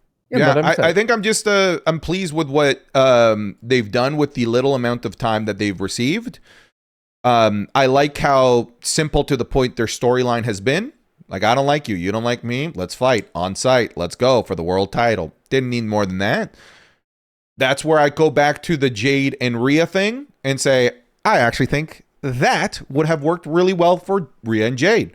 I don't like you, you don't like me, you got the title, big star-studded match. Let's just brawl when we can and say very little when we can, because we let our star power do the talking here. That's where I was getting at with Rhea and Jade. Yeah, I think I would just wake up with some very simple minor questions about where did the feud go, how we got here, but for the most part, I would wake up very pleasantly surprised that this is the match that we got going into WrestleMania. I would love that they kept the title. I would love knowing that they kept the title on Stephanie going into Mania, because that was always a question mark as well. A question for you, though, quickly. Would you wake up and go, shouldn't Jade and Rhea and all that swap? Like, I know Liv and Stephanie are working out so well, but if you were in that coma, you go like, wait, Liv picked Stephanie, why not Jade? I mean, they kind of told that story. right? Right. They kind of told that narrative. I don't think that I'd be wondering that much. If I'm Liv Morgan, I'm gonna pick the smaller competitor. I by not picking Jade, I'd be putting over Jade. You know what I mean? Like, I'm gonna go this way instead. Anyways, I wouldn't really be putting too much effort into those thoughts. All right. Two more here, Sancho. I really like this thought exercise. I think this has led to some good conversations. Of course, you could be getting this 3 days earlier over on patreon.com/SantiZap. We didn't even go into the early beginnings. Don't forget that. Patreon.com/SantiZap. Link in the description. And you ad free as well. Ad free. If you are a freeloading scallywag, you can, of course, watch this on YouTube or on audio services anywhere. So everywhere. The podcast has begun. Now we're starting the pod. An hour and 15 minutes in. CM Punk versus Roman Reigns for the World Heavyweight Championship. Roman Reigns. You'd be waking up from this coma before Roman won the Rumble. Would you be waking up from this coma? Would you be assuming Roman won the Rumble?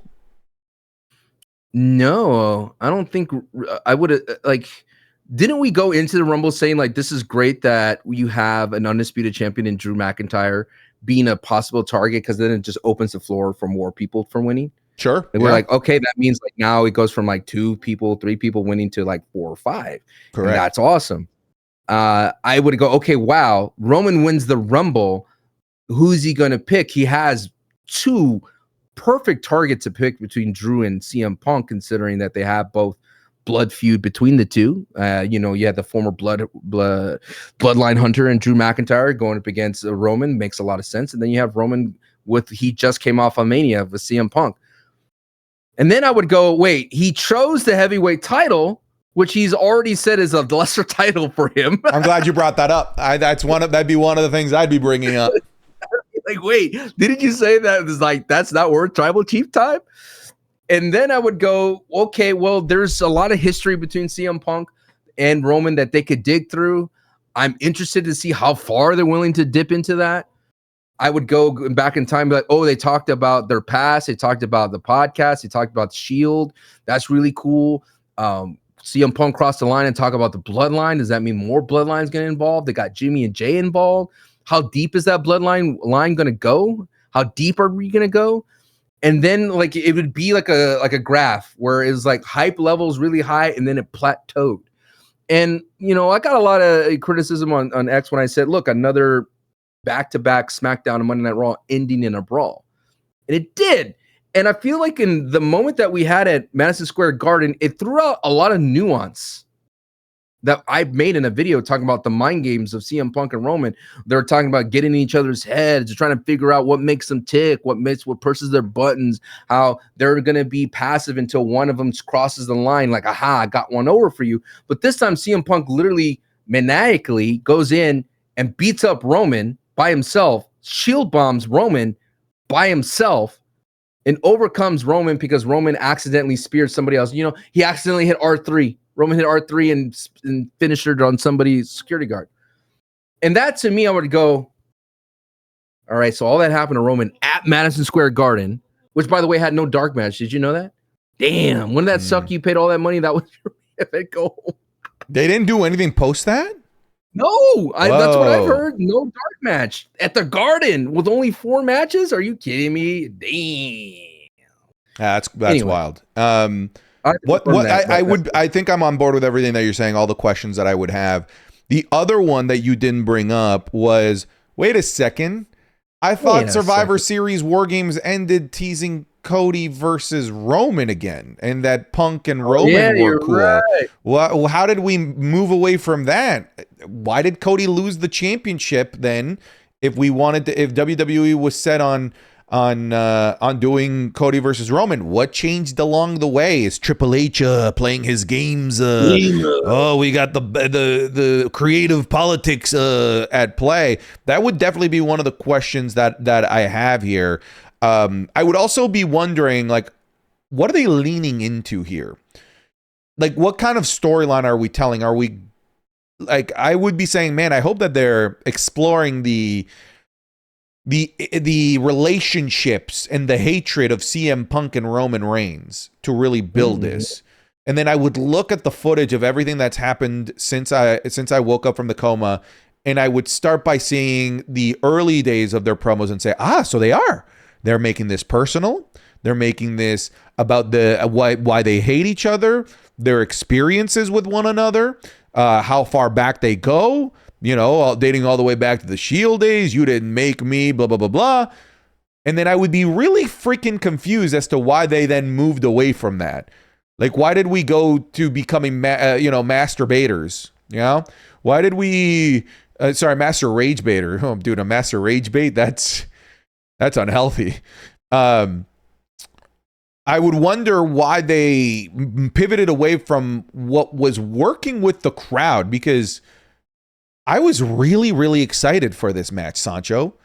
The first couple of interactions I was really, really on board with. I'm like, oh yeah, this is by far not even close, the night 2 main event. And now I'm like, man, I think Cody and Randy is more exciting. And then they didn't really capitalize on things either. I'd say Oba Brock is a better built feud than this right now, unfortunately. I'm still excited for it. Sorry, what? No dark match. No dark match. No dark match. I'm still excited. Only 4 matches. I would still be excited for this match, but I'd wonder, like, why did they take this weird left turn at Albuquerque when the storyline was going in a really interesting personal blood feud type of direction, Do you think it's because, like, the WWE didn't want to dip into AEW? It could be, but like their first couple of promos got real heated and personal without needing to dip into that.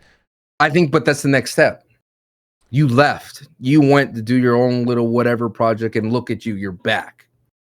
They kind of hinted at that too, and Roman's like, I had to approve. Who could approve for you to come back? Who gave you the okay? And that was so good. That was all so good. Maybe you're onto something.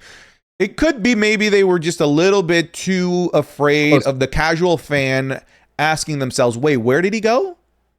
Why did he get kicked out of AEW? What did he do? What did he had a backstage altercation? Like, I think it would have opened up old wounds, but I think it's like you logically have to bring up Dean Ambrose and John Moxley, which are the same person. But you know what I mean? Paul Heyman's brought up Dean Ambrose. Yeah. And we've had multiple promos from Seth Rollins talking about Moxley. So I think you would have to dip into that, and I think they didn't want to. And I still do believe after what happened at the Garden, they're setting up for Roman to look like he's failing the bloodline. He got clowned by CM Punk, dude. He did. He got clowned in Rock's favorite city. And I know, like, I have a thing on the rundown, like, do we need The Rock? I wouldn't say so. And of course, I know that WWE would love The Rock for sure, because he just adds that another layer that, like, Roman has to answer to somebody for disappointing. And sure, he could answer to Jimmy and Jay, and Jay could be like, "What's wrong with you, Roman? You got clowned out. You said you didn't need our help." And Michael Cole at the very end says, "Roman needs help. Roman needs help." So who's going to help Roman? And does he need it, and does he want it? And I think that's the story that they were trying to tell. But I would go like, how can CM Punk win over, beat up, destroy Roman Reigns, the tribal chief, without any kind of chair, without any kind of distraction, without any kind of some sort of better and wily way to get it done, and just have CM Punk stand tall at the Garden and then tell people it says the marquee says wrestling, not cinema. What you want, Santi? I think what you want when you wake up from that coma is like, this should be cinema. Didn't we have Cody and Roman Reigns literally talking to each other? All the best Roman things over the last 2 years have been cinema. Wouldn't you want CM Punk to be involved in that world? I mean, they had that Georgia Tech promo between Cody and Roman as if they were like sending like codes between each other. You know what I mean? The microchips in some sort of bag. I don't know, dude. And then for them to throw that away and not invest in that, like, I feel that's why when you look at Cody Rhodes and Roman Reigns build, it was so cinematic because there was that tender care and love. They did invest the money into that. They knew they had a guaranteed hit. But for them to just dissolve into a brawl is like, I guess. Yeah. I guess. Okay, let's move on. Wait, but yeah, I guess that would be the thing when you wake up from the when you wake up from the coma. Like, what cinematic thing did they do? And the answer is nothing. Yeah, nothing. All right, last one here. I'll let you start with this since I started with the last one. You wake up from a coma, you find out, oh my God, they're finally doing it. WWE Championship match between Cody Rhodes and Randy Orton. We've already talked about, like, wait, what happened to poor Drew McIntyre? What's that smell? It's the rotting corpse of his championship reign. What's going through your mind now that you see that Cody's the champion, you see that Randy somehow found his way into being the number one contender, and that it's finally happening at WrestleMania?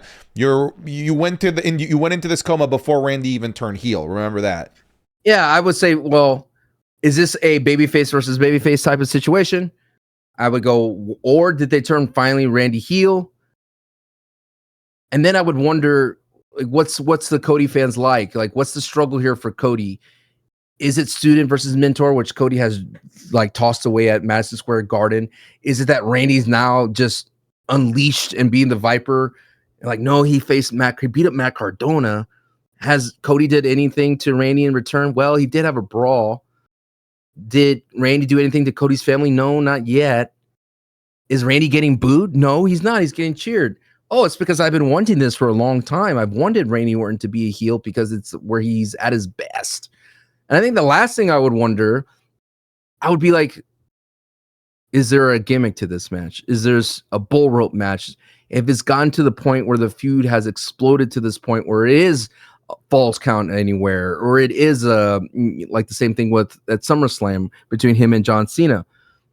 And then I would look at the segment that we just saw with Stephanie McMahon. Was Stephanie McMahon on the phone with Randy? Randy did say wrestling has more than one royal family, and that is a McMahon family. That is high royalty.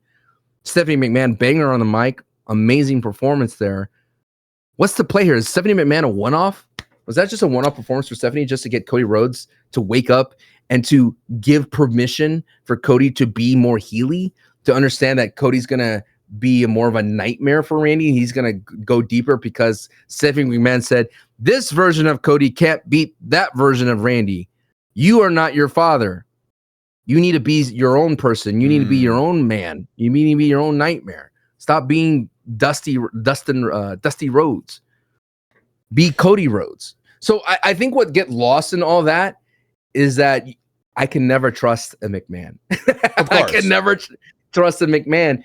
And I would wonder further, is like, what are they setting up here? If they put Stephanie McMahon in the ring, she has to be part of the comeuppance, right? There has to be something involved with Stephanie McMahon, because Friday night, if Stephanie McMahon tries to show up and talk to Randy, I don't think that's going to work out for Randy Orton and Stephanie McMahon.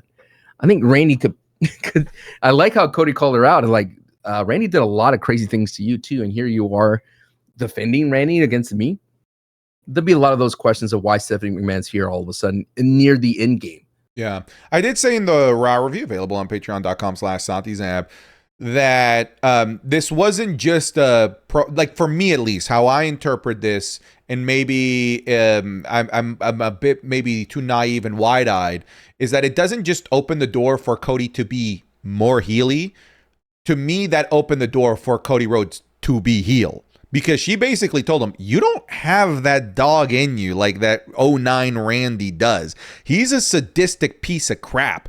You can't go into that level. And then she says at the end, like, I got 2 words for you. Thank you. I think thank you. I think that promo could open the door for an actual proper full-blown Cody Rhodes heel turn, as opposed to just Cody, because we've already been down that road of Cody Rhodes. Like, are you willing to pull the trigger? Remember the John Cena storyline? Like, are you willing to go that we've been there, done that. This felt different. This felt like, are you willing to be the bad guy in order to destroy the bad guy? That's, to me, how I interpreted that promo. It also brings up the possibility of who's now on the phone. Could it be a McMahon? Could it be Vince? Referenced twice on this show, what, by the way, once indirectly and one in this promo completely directly, talking about Stephanie's dad and how you're not your dad, to which Stephanie should have been like, yeah, thank God, right? Good thing I'm not him. there's Shane McMahon that could potentially now be entering into the equation. Here comes the money. Here we go. My question for you though is, why would you say that when we literally have fact of that Cody Rhodes is that dude? The dude wrestled with a torn pec, brother. Yeah. And we went through, like, look at the freaking car wreck he went through with Cena after he went through the whole narrative of like, he can't pull the trigger, you can't be that guy. He literally was that guy. I think that's what kind of irks me when it comes to WWE current storylines is they have to have this mental block of misremembering the accolades they just did. The same thing with Sami Zayn. You know, there was that moment where Sami Zayn shook it off and like, wait a minute, I am main event Sami Zayn.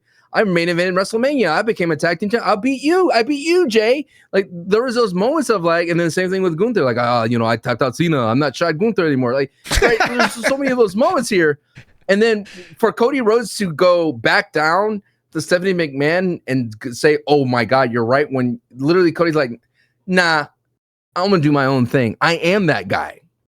I am that guy, Stephanie. Like, I am the guy that was able to do all those things. Like, could be the launching point. But instead, I think you're right. It's for us to get that Cody Leo, that Cody, like Cody heel. You know what I mean? You know what I mean? It's a little diluted, but it's like, ooh, a little taste of it. Like, it's like heel diet. Cody heel diet.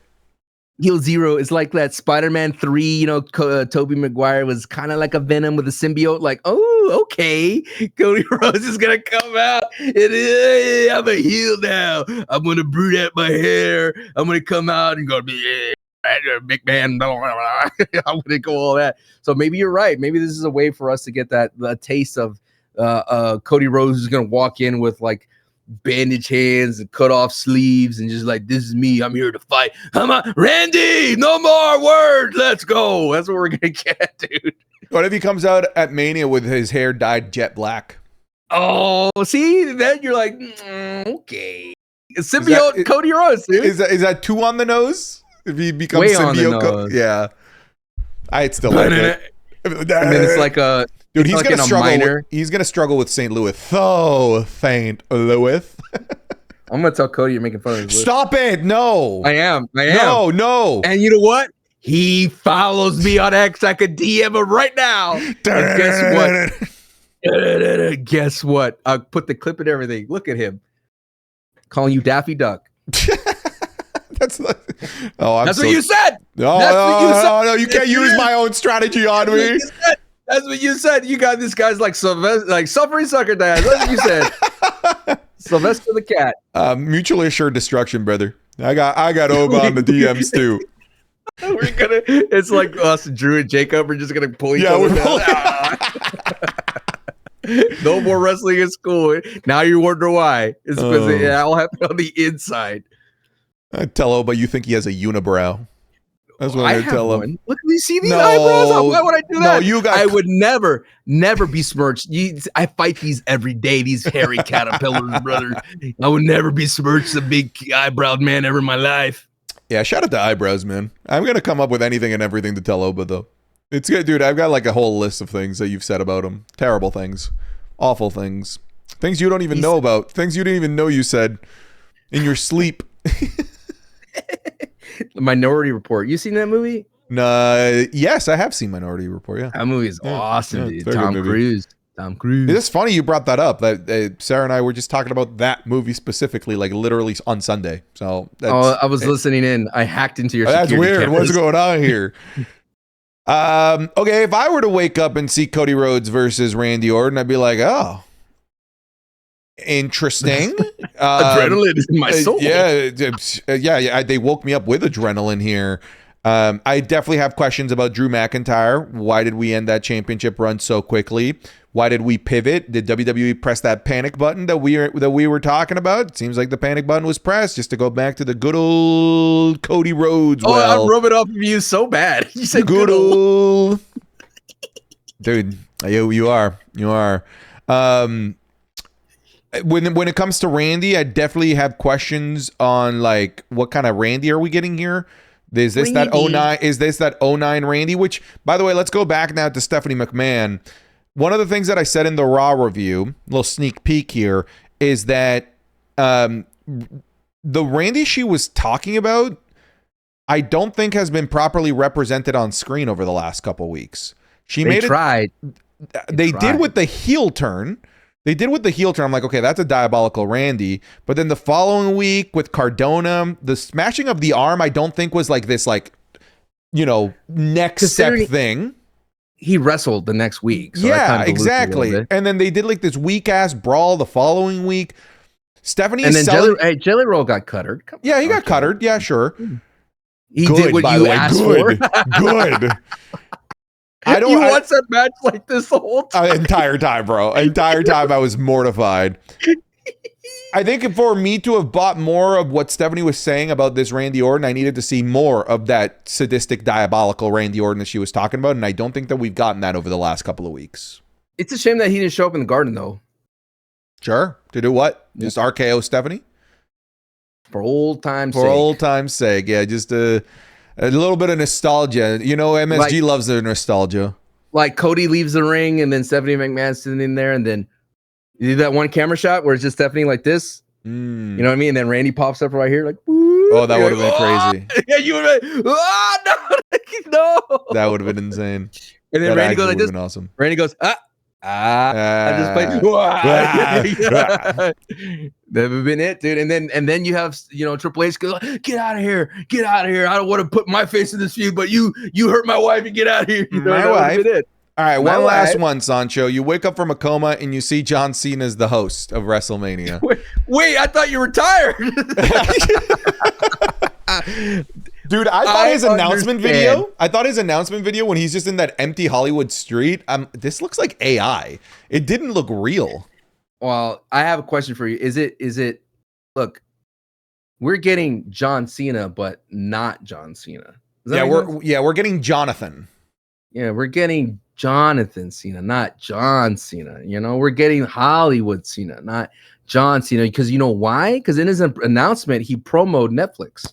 I'm working on his new movie and then Netflix, and he had that John Cena aura about his cadence, like, haha, look, I'm on the road. And guess what? LA and Vegas are close to each other. No, they're not.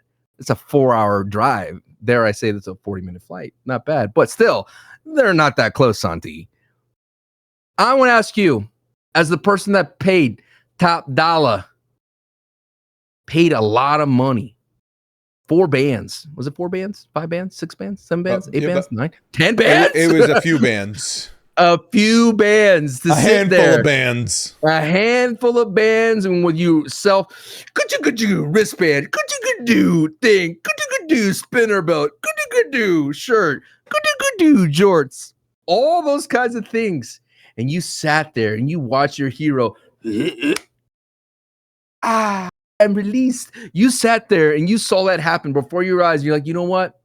I saw John Cena's last time ever in the WWE ring wearing those jorts. And then you sat there and you're like, okay, I'm going to sit here and get a great close-ending speech from Cena thanking me for all this time riding with him, part of the chain gang, all the way to Dr. Thongonomics, being a patient of his, being all the way for hustle, loyalty, respect, even though I just saw it die right in front of my eye. I'm going to be thanked by John Cena. And no, he watches his vignette, puts on the 2 belts, and then he does ah-boo-boo-boo, ah-boo-boo-boo, and then he goes down the little thing, and he goes ah-boo-boo-boo, and then he leaves. How do you feel about a few months later? He comes back out in Vegas once again. I'll say this: he better be in a suit. He better be for real. Because he said he was going to retire the colors. He was going to retire the jorts, the sneakers. I hope we have MC Cena, like he actually is there to host the show. I don't want my wrestling character John Cena. That guy retired, and I paid a lot of money to see that guy retire. I definitely don't want a match. I don't want a Snoop Dogg situation. WrestleMania 39. I don't want any of that. I want the match that I saw to be the last one. That's it. I don't need it to be fixed. I know I don't like the result, but that's it. I saw it. I don't want it changed. Maybe a quick, actual cathartic conversation promo at WrestleMania about his retirement match and stuff. The thing that we never got, the thing that kind of led to all the bullshit chants in the arena that could have maybe been mitigated if we actually got Cena to talk. But then again, also, like, I think about it more, Sancho. Like, I'm also like just kind of ready to move on. And I look at the card, and I know that we've talked about already how like rushed this card is, but this card's actually insane. Like, that's why I wanted to bring up the, like, if you wake up in a coma and you see this card, what are you feeling? Because there's a lot of positives. A lot of singles matches too, which is what I wanted from last Mania. A lot of positives to look at here. I am ready to just focus purely on the action of the active competitors that are there as opposed to John Cena. So I think, you know, as much as I want that promo of like Cena properly saying his goodbyes, yada, yada, yada, I also think that the opportunity for the right venue for that was when it happened, and I've moved on. I'm ready to fully focus on the 12, 13, 14 matches, whatever we end up getting at Mania, as opposed to John Cena. I guess I also wanted to be a little bit more substantial of an appearance than like when we got like Cardi B at SummerSlam, where she like did nothing, if you remember that. I don't know. I don't know what I want out of this. If I saw this and I woke up from a coma, I think I would be like, but like, why? Why didn't he just induct him into the Hall of Fame? If he's already in Vegas, he should have just inducted him into the Hall of Fame. Wait, AJ's retired? What the fuck? I feel for you. I truly do, Santi. Because wrestling is a carny business, my friend. And you were along for the ride for the year promise that this would be the end. And there's so many people saying, like, they never said he wouldn't make any appearances. They never said that he wouldn't come out again. They all said he's a WWE ambassador. I get that, but I'm with you. I want to miss John Cena. And at the same time, I want to get a barometer test to see where we are. Like right now, it's like the numbers are padded. It's skewed. They basically, it's garbage time, and they put it like a triple double on the board. Like at the end of the day, you saw the triple double, but the match, the entire game was wrong. And the whole Mania build, I want to see, like, were they able to make up that difference by just changing creative, by having 6 title changes before WrestleMania in the month of March, which is kind of bizarre to even think about. They flipped the entire creative upside down. Was that enough to make up that 19% difference and close the gap and sell out WrestleMania? Or is it John Cena? And if you were sitting there and you're John Cena, how can you not go, guess they needed me to come back to sell this out? 1,000,000%, right? That's the thing. I would also wake up and say, like, wow, our ticket sales that bad? That we needed to trot out the corpse of Cena out here. Now, I have to say this, like, of course, it's WrestleMania, and the WWE's responsibility to put on the best show available. If Cena's available, you take that, right? You say, yes, Cena, come on by and be our host. But you have to definitely say at the other side is like, well, that takes away. Again, I know The Miz was the host at 39, but maybe The Miz could have been there. Maybe Danhausen could have been the host. There's so many opportunities to have for this, but it's a huge upgrade. Mania gets its star. It's another opportunity for the people of Vegas to see John Cena, people to fly in to see John Cena.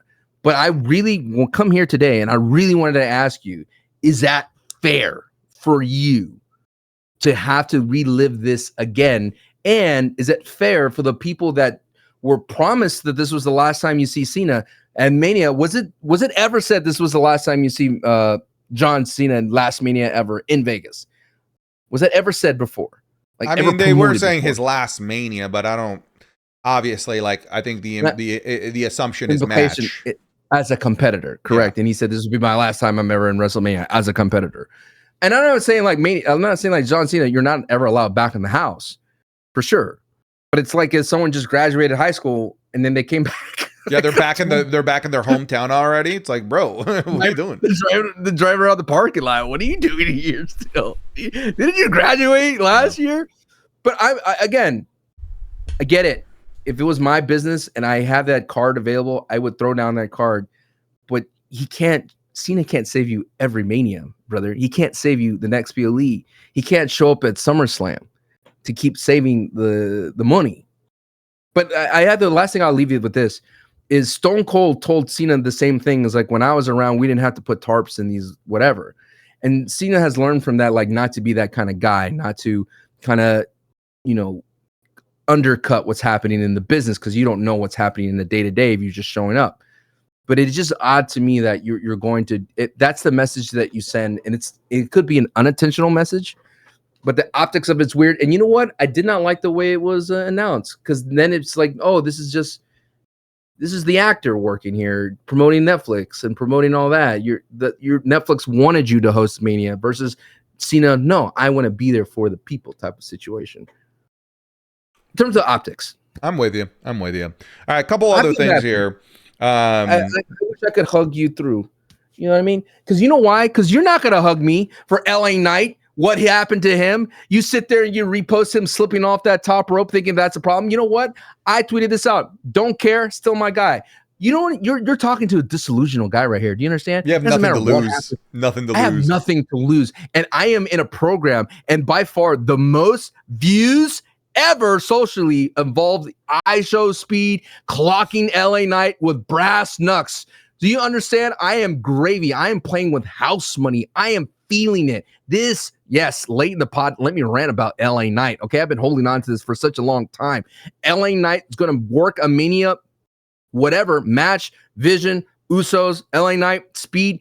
It's all good for the megastar. Gets so many views, so many eyeballs. Dare I say, the same kind of play that you had with Jackass and Sami Zayn. Same kind of play with Bad Bunny and Damian Priest. And what happened to Damian Priest after working with Bad Bunny? Where did he end up, my friend? Mr. Senor, what? Money in the bank. It doesn't matter what God you damn say, it. because it's going to be in the bank, you idiot. That's right. That's right. We are on the road, the trajectory for what is right. And what all good things happen to those who wait, my friend. I am excited. And at the same time, LA Knight stock goes up, working with iShow Speed. Did you see them? Like, oh, what's up, man? How you doing? I'm like, I guess they're friends that never seen each other before. All green light. The Glaze Factory has finally got its celebrity endorsement, and I show speed, brother. Yes, sir. Yeah, dude. Don't you not tell LA Knight about this either. It's the same thing with Oba. They'll do the opposite and be like, LA Knight, he loves the Glazy. Don't do that. Don't do that, because LA Knight's not going to give me the shirt off his back like he did Alan Owens. You know what I'm saying? He's going to be like, ooh, get away from me, restraining order. I don't want that. Well, I mean, as an LA Knight fan, you think waking up from a coma and seeing him in this program, like, yeah, yeah, man, dude, you are the dog in the burning house meme. This is fine. This is okay.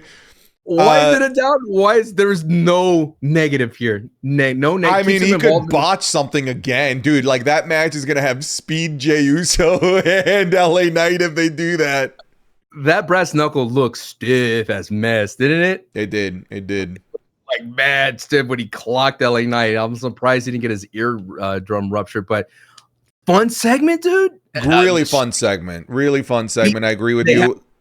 Mama Logan, Mama Paul. At least we're getting all these people on the card in some way, shape, or form.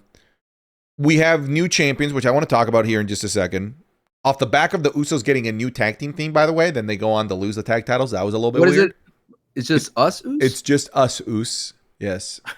You know what? I think that brings up an interesting talking point here towards the end of the podcast. You've woken up from this coma. There have been like 6 title changes in just the month of March alone, Sancho. It's crazy. We've had the U.S. title change hands, both sets of tag titles change hands. We had the women's IC tag title? team, IC champion, women's IC, undisputed. Oh my God, dude! I'm counting like 7 championship changes in just the month of March on this road to WrestleMania. When we have this many championship changes on a road to WrestleMania, heck, when we have like 1 or 2, it feels like there's like a panic. Like, oh my God, they don't know what they're doing, right? Like we're scrambling to try and find what to do at WrestleMania. And this feels tenfold this time around with like, dude, even like our top title change hands like a month out from WrestleMania. That's kind of insane in the grand scheme of things.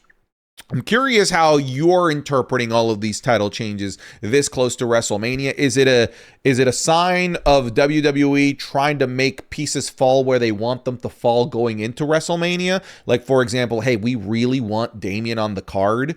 all we can find for him is something with the tag titles. You think he's gonna be on the card? I do, because the whole reason he won the tag titles, if you remember, similar to Sami Zayn, was like, I got to find a way onto the WrestleMania card. That was an actual promo. That was a televised, not commercial conversation. Hey, and if I got to get on the WrestleMania card by winning the tag title, so be it. So I actually do think that was a pivot to get him on the Mania card in some way, shape, or form. Maybe that 1 hour pre-show, whatever. Are you feeling that these are the tides of like WWE panicking, not knowing what to do? Or is this WWE having a very surgical effort at making certain pieces be in the exact place where they want them to be on the road to Mania so that they can justify putting them on the Mania card? Controlled chaos or regular chaos, essentially. Well, that's what I'm saying, because like if it's controlled chaos, it implies that anything could happen, and that's what I've always wanted, right? Any given Monday, you kept saying. Any given Monday, I've wanted something to happen where you had to tune in.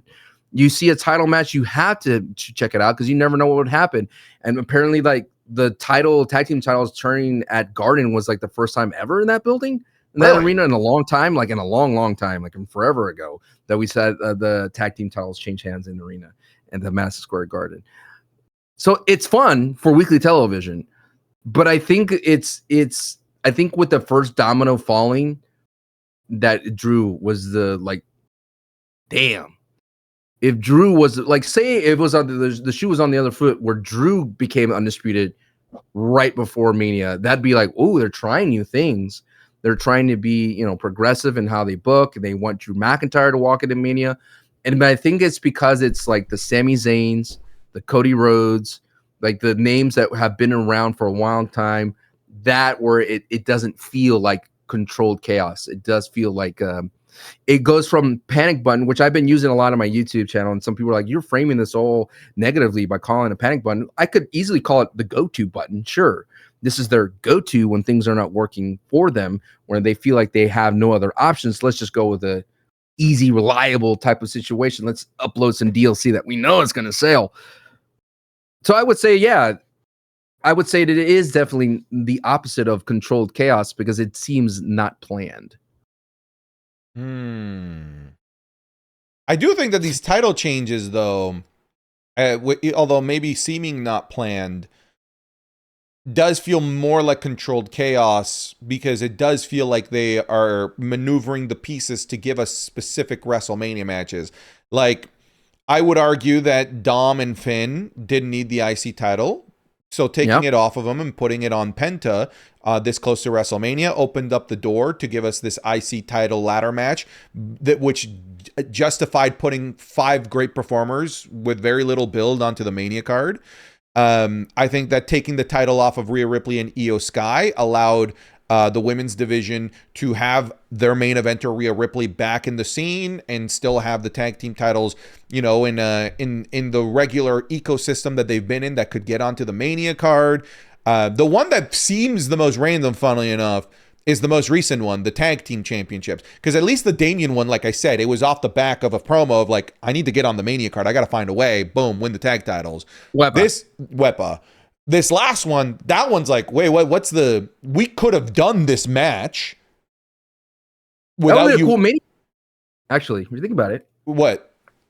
That match take the Madison Square Garden and make that the Mania moment. It could have been the Mania moment with Speed helping. Yeah. And I guess like having the Vision win those tag titles puts Speed in that funny situation, like, but you're wondering how I got here. It guarantees him a Mania, puts a celebrity in the match. But that one does feel a little bit more chaotic and less surgical than some of the other title changes that I do think are planned in the way that WWE wanted to plan it to make the pieces be where they wanted to be for WrestleMania. It's just that having this many this close to Mania does feel chaotic and it does feel very unplanned and rushed. But I think it's worked to a degree, except Sami Zayn. That one makes no sense. Does it make it feel like must-watch TV, though? Like, if you see another title match happening between now and Mania, would you go, something might happen here? Yeah. I mean, how can you not, right? We've laid it out. There's been like 7 title changes in just the past 4 weeks alone. You should be tuning in because there very well could be a title change. Even like the major titles, like we saw, like the WWE Undisputed title changing hands that close to Mania is insane. Like actually, like an insanity play by WWE. Well, yeah, because it changes all their promos and it changes the way they have like appearances. It changes everything where you have the undisputed title going the rounds, doing the interviews. You mean you go from we could have Drew, now you see Cody's the one doing the podcast rounds. Easily could have been Drew McIntyre in that situation. I think we forgot one coma thing. You go, wait, Jelly Roll's back? Has he jumped off the top rope yet? But that's interesting that Jelly Roll is back into the fold. And I had a debate with my watch party about this. It's like, why is it that Jelly, who had multiple segments on SmackDown, had a match, is getting hated on compared to IShowSpeed, who had multiple segments on Raw, had a moment and interfered and changed the outcome of a title match? I can tell you why. I know the answer as well, but I want to hear your thoughts too. My thoughts is that, okay, so I think Jelly had some very good backstage segments, some good promos. Absolutely, Salty. The fake Judgment Day coming together, I thought that was a great segment. The match with Kit Wilson, way better than I thought it was going to be. His range of moves is significantly deeper. His cardio is way better. The false finishes were insanely close. Yeah. Like his kickouts were crazy. Yeah, it was crazy. He was the best part of that very weak brawl, and where he took the RKO. These are all very much positive, Sancho. The problem is that this close to Mania, he shouldn't be the best thing about your show. He should be an auxiliary, a third piece, a cherry on top. But instead, Jelly was the best thing about that episode of Friday Night SmackDown. Good for Jelly. It speaks volumes to him, and it speaks volumes to his care and desire to become the best wrestling character and physical wrestler that he can be. But he should not be carrying your show. He should absolutely not be carrying your show. Meanwhile, Speed, that felt like the cherry on top to a pretty decent episode of Monday Night Raw with a lot of things that were doing very, very well. I think it's a combination of Jelly outshining a lot of people on this road to Mania, which he shouldn't be. Everybody should be at the top of their game. And if you're getting outshined by Jelly Roll, that's bad. That is not a good thing. Again, looks good on Jelly Roll, but it looks bad on the overall show if he was the best, most consistently good thing about that episode of SmackDown. Not at this time of year, brother. That should not be happening. I would say, though, they've given Jelly a lot of opportunities to shine. But again, I just asked that because I think the difference is that Jelly actually had a match. And I think a lot of people are forgetting that Kit Wilson was cursed. Like that's the thing that's speaking volumes on that. Like he's been nerfed. Always rely on the curse, baby. Always rely on the curse. I told you that would be the ultimate card to throw down. But at the same time, it doesn't feel like Speed's trying to be a wrestler right now. And I think people are accepting that Speed is they see Speed as, oh, he's here to give more eyes to the WWE product. Does that make sense? But I do see a world, and I know I had this on the thing really quickly. I do think that there's a world where Speed will join the WWE. And if I was the WWE, I could tell you how they're enticing Speed to join them. Hey, Speed, you do great around the world. You spend a lot of your own money traveling around the world, streaming. You have producers, you have security. We could give you all that. We can take that off your hands, and you could still continue to stream around the world, but do it with us as part of the WWE. We could provide security. We could provide all the things that annoy you right now as a streamer, where you traveled around on a bus. We can give you a proper tour bus like a Cody Rhodes to do the exact same things you do, but we want you to work these PLE. We want you to be a talent for our roster. I could see that. I don't think Speed would do it, but the idea of like, hey, you want to be an influence, you want to explore the different cultures, become a worldwide WWE superstar. You want to help people out. Look at John Cena, Make-A-Wish guy, change the world, the most Make-A-Wishes. You could be that guy, Speed. So they have a very enticing carrot for Speed to join the WWE, but I don't think he would do that. I mean, as someone I know I'm a content creator on the smallest scale, but the only thing to talk about is like, it is there's a lot of responsibilities that we have to do on our own, right? We have to run our own business. And the idea of being able to still do the things like the parts that I love about content creating without worrying all about the business and all the editing and all the content creating, the time management and all that stuff. That sounds great to me if I could just do what I do the best and what I love the most without worrying about that. And I think if you're Speed, you got to listen to that. And Logan Paul's already in that corner, right? Yeah. Logan Paul be like, Speed, brother, like, look at all the things that I benefited from. I'm able to do this Rip It thing. I'm able to have a platform with the WWE audience that I could continue to do the Prime and all that kind of stuff. I have access to the socials of WWE. I'm given a platform once a month to have a viral hit. And Speed, that could be you. It's a very, very enticing package if I was Speed to listen to. It's interesting because I think that enticing package, Sancho, only works for the famous content creator, not necessarily the celebrity. Because yes, Jelly Roll, Bad Bunny, and pretty much every other celebrity that hasn't been Logan Paul, KSI, who's been on WWE TV, I Show Speed, they live. Sinet. Well, he's never been. Oh yeah, I guess he was in WWE. Yeah.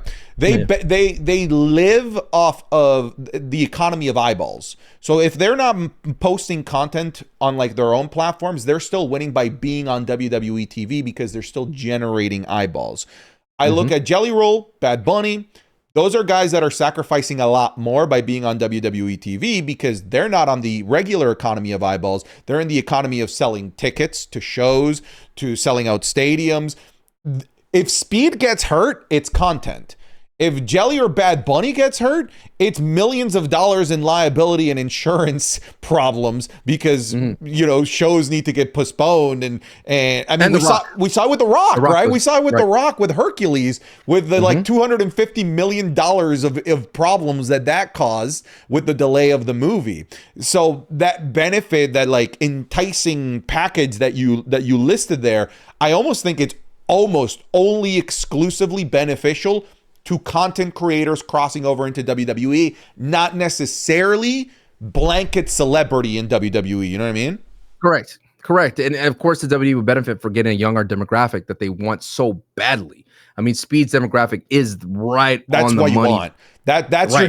That's your next generation of money makers that bring money into your platform, especially because Speed has now been making content for about 7 years as a really popular creator.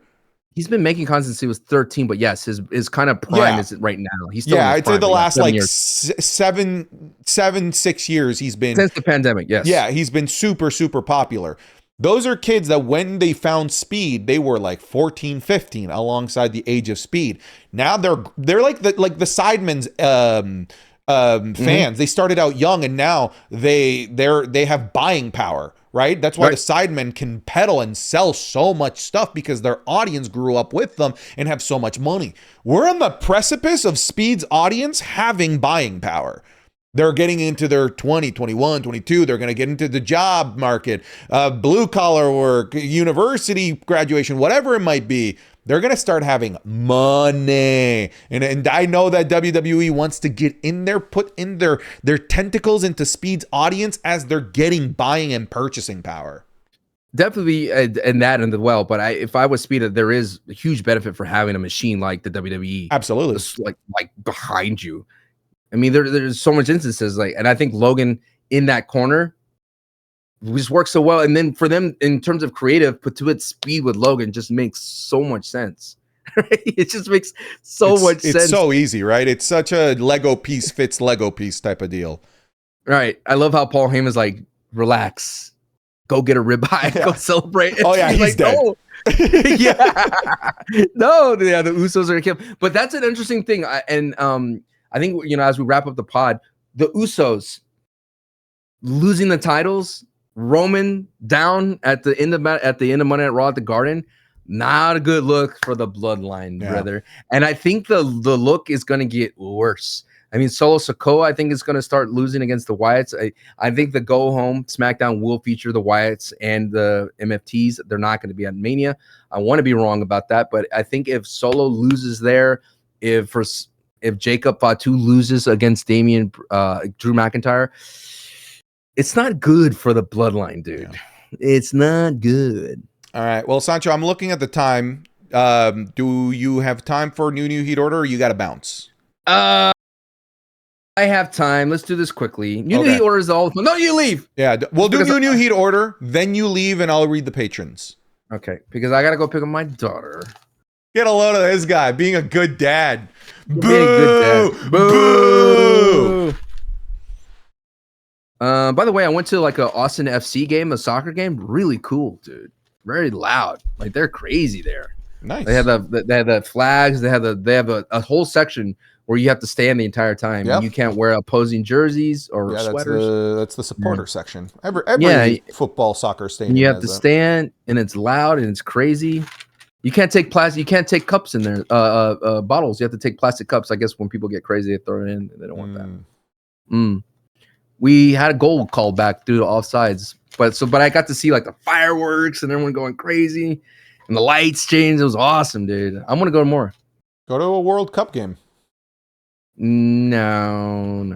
I saw your issue that you had, and that was kind of scary. How it was very scary. It was being overrun.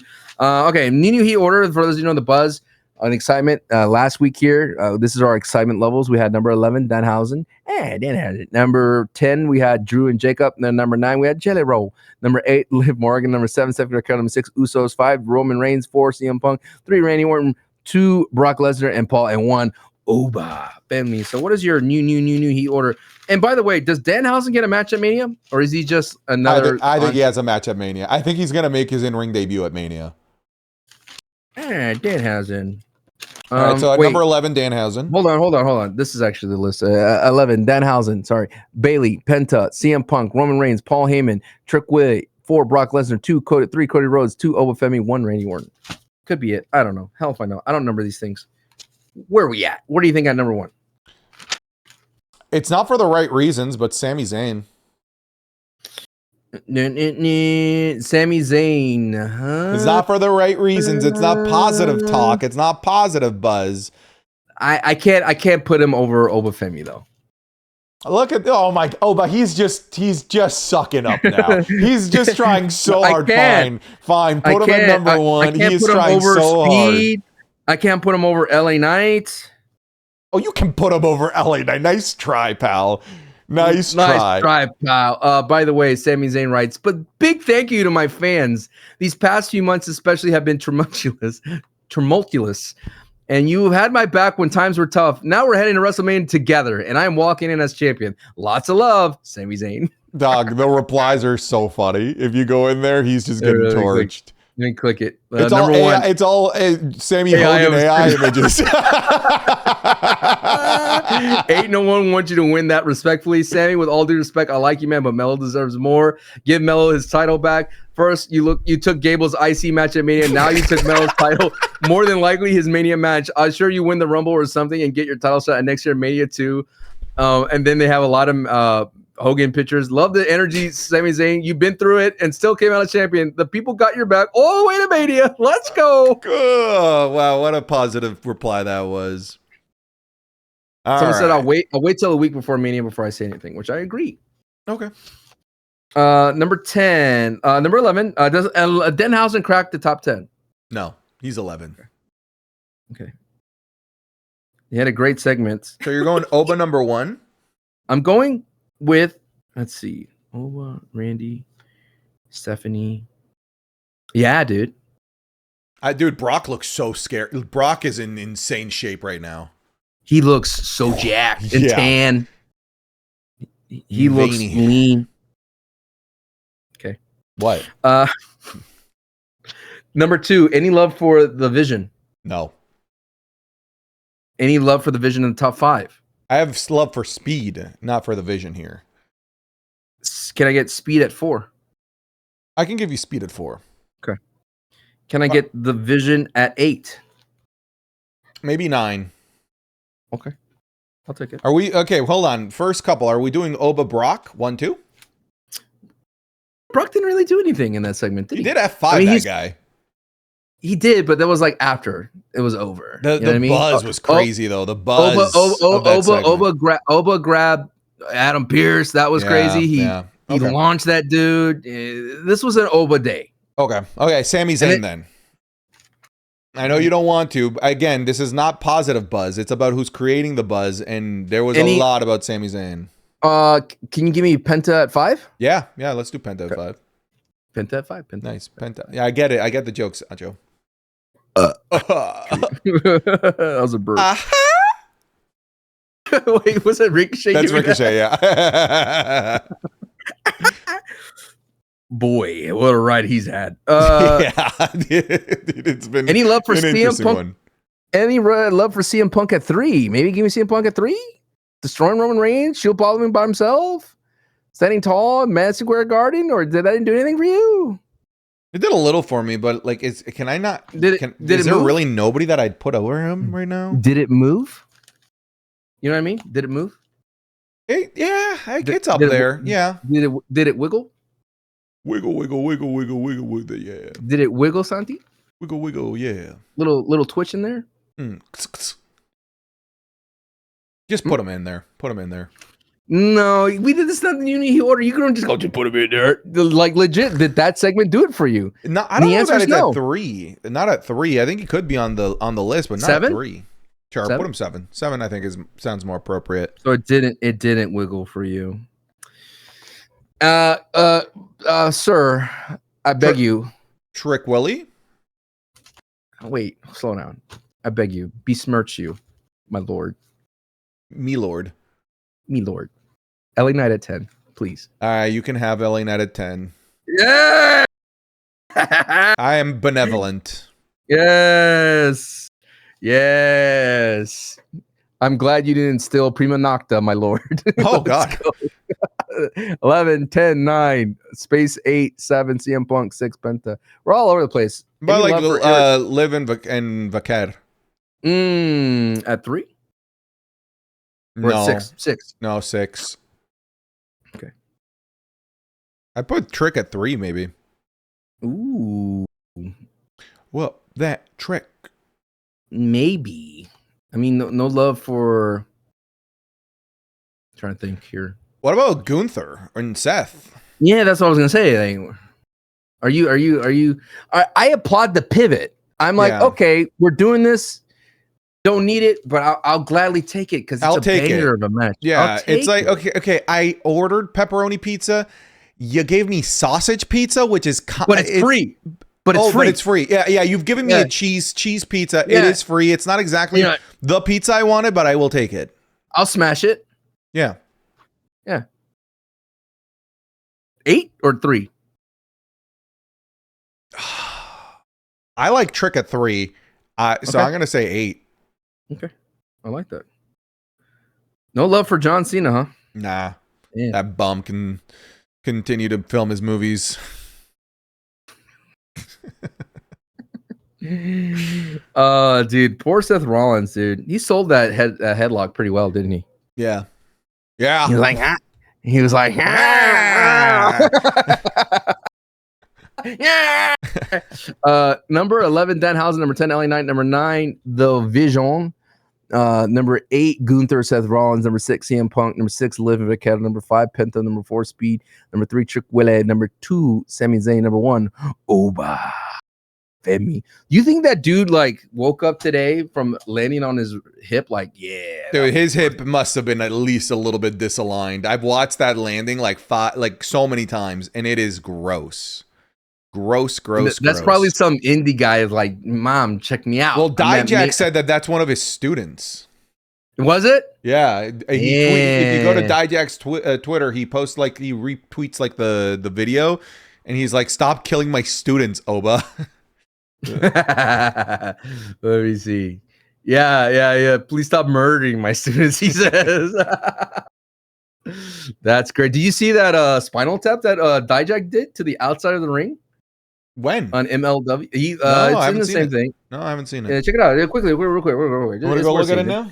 Yeah, go ahead look at it right now. It's kind of crazy, dude. He's in MLW doing some still Dijak thing. Oh, no, it was in India. He's in the India promotion. Oh, it was the WXM. Yeah, WXM. Check it out, dude. We gotta. I would love to. Crazy. He's crazy, man. He's super talented. I need to watch some more.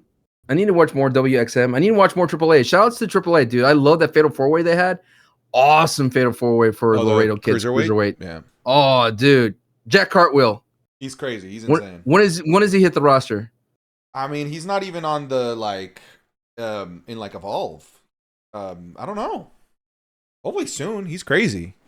Do you see that one move where it looks like he's ragdolling in GTA in the air? Yes. He's just like, dude. He's exactly the type of performer that wouldn't work in WWE though. You know, historically. What's the ceiling, Neville, for him?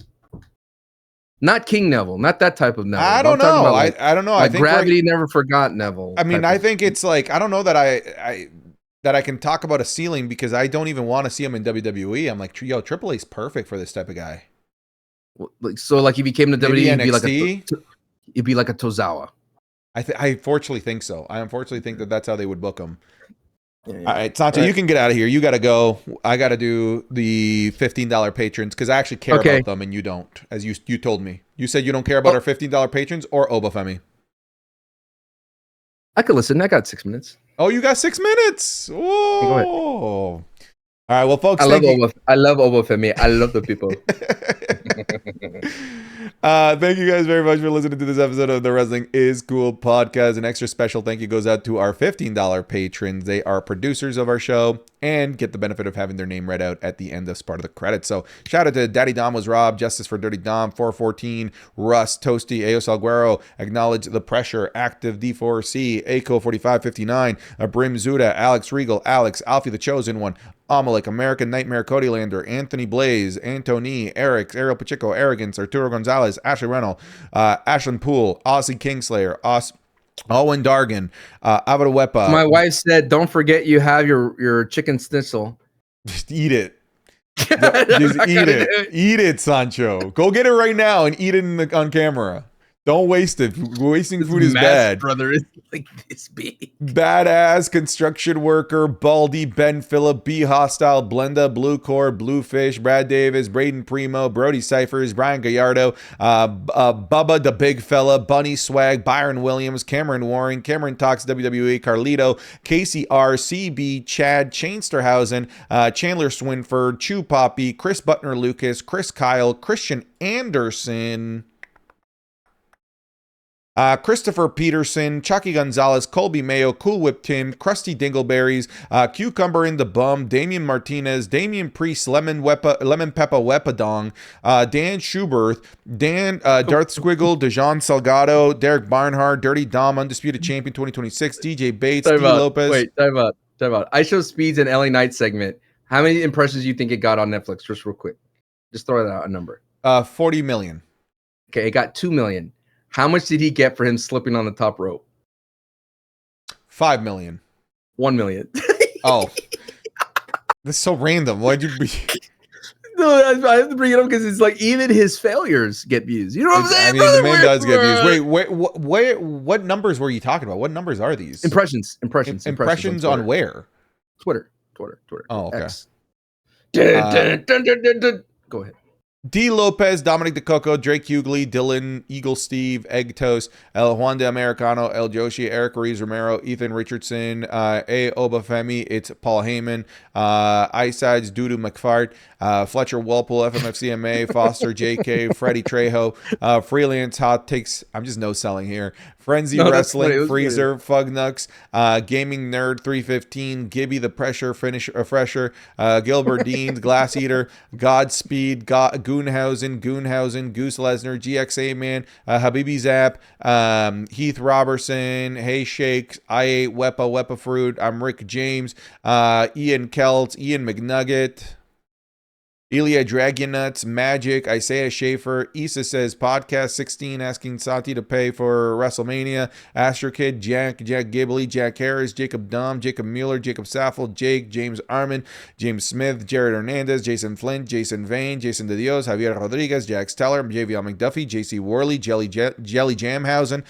Jelly Roll, Good God Almighty, he got that bottle of oil, Jeremiah Ashton, Jeremiah Finley, Jeremiah Kelly, Jahihi, Joe Benitez, Joe Exotic, Joe Latera, Joe Velez, Joey Romig, Jonathan Cox, Johnny Owens, Jordan Marte, Jose Olivares, Josue Navarro, Juan Lamelli, Juan Vega, Julian Dean, Juliana Sarfi, Julian Wainwright, Jr., Justin Brooks, Justin Perkins, Justin Russell, Caleb Martin.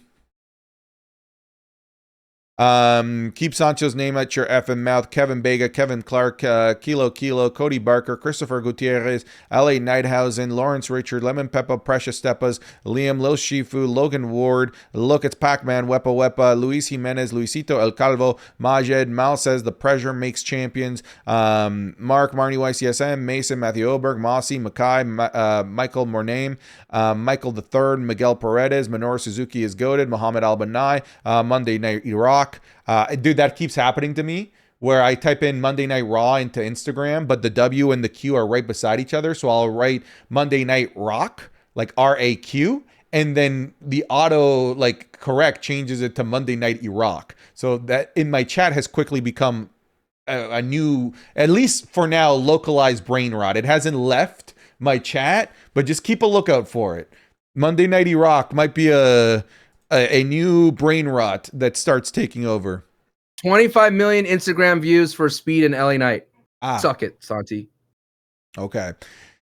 I think those views are for Speed, brother. Nathan Tully, I'm Nicholas sorry, was it your Protopapas, John Cena getting clocked by Speed? Nicholas Kyle, Nicholas M. Diskevich, Nihilus, Nico Vance, Vance Refrigeration, NyQuil Pad, Noradin was Noradin, Oba One, Fanobi. So stupid. Obi Novi, Old Man Rican, Oliver Hammonds. I've been doing such a good job at no selling these. Omar Gazawi, Oscar M's, OV1, Kenobi 21, Pat R, Pat McMark, Philip Dumas, Frody, Prince Vegeta, Puppet Spanker Johnson, randomly chosen, Rangadog, Rainier, Reaper, Reaper God, Red Hot Wepa Pepas, Rick Mar 1R, Ricky Dutcher, Rose City Savage, Roy Alexander, Ryan Halberg, Ryan Muniz, Ryan Spradley, Riley, Sadie Brink, Salty Dad. Sancho doesn't like donating to charities. He doesn't like Oba either. Sancho hates children's charities and Oba Femi. That's actually one of the names. Sancho is just, it's Russo in disguise. Sancho weapon on me in the 90s. Sancho, why would you do that? Santi secretly wants to oil up in a quarter zip. Santi, you saved my life in 2024. Sauce God, Saudi Rick Buggs, Savage Field, Scott Linden, Shane, Sean Simpson, Shitstain Nakamura, Sip God, Sir Crate, Skylar Brashears, Slayer, Smag, Spectro Santana, Stay True, Sugar Shane, Super Malachi Galaxy. Take a shot every time Sancho says good old. The graphics Mason, what do they mean?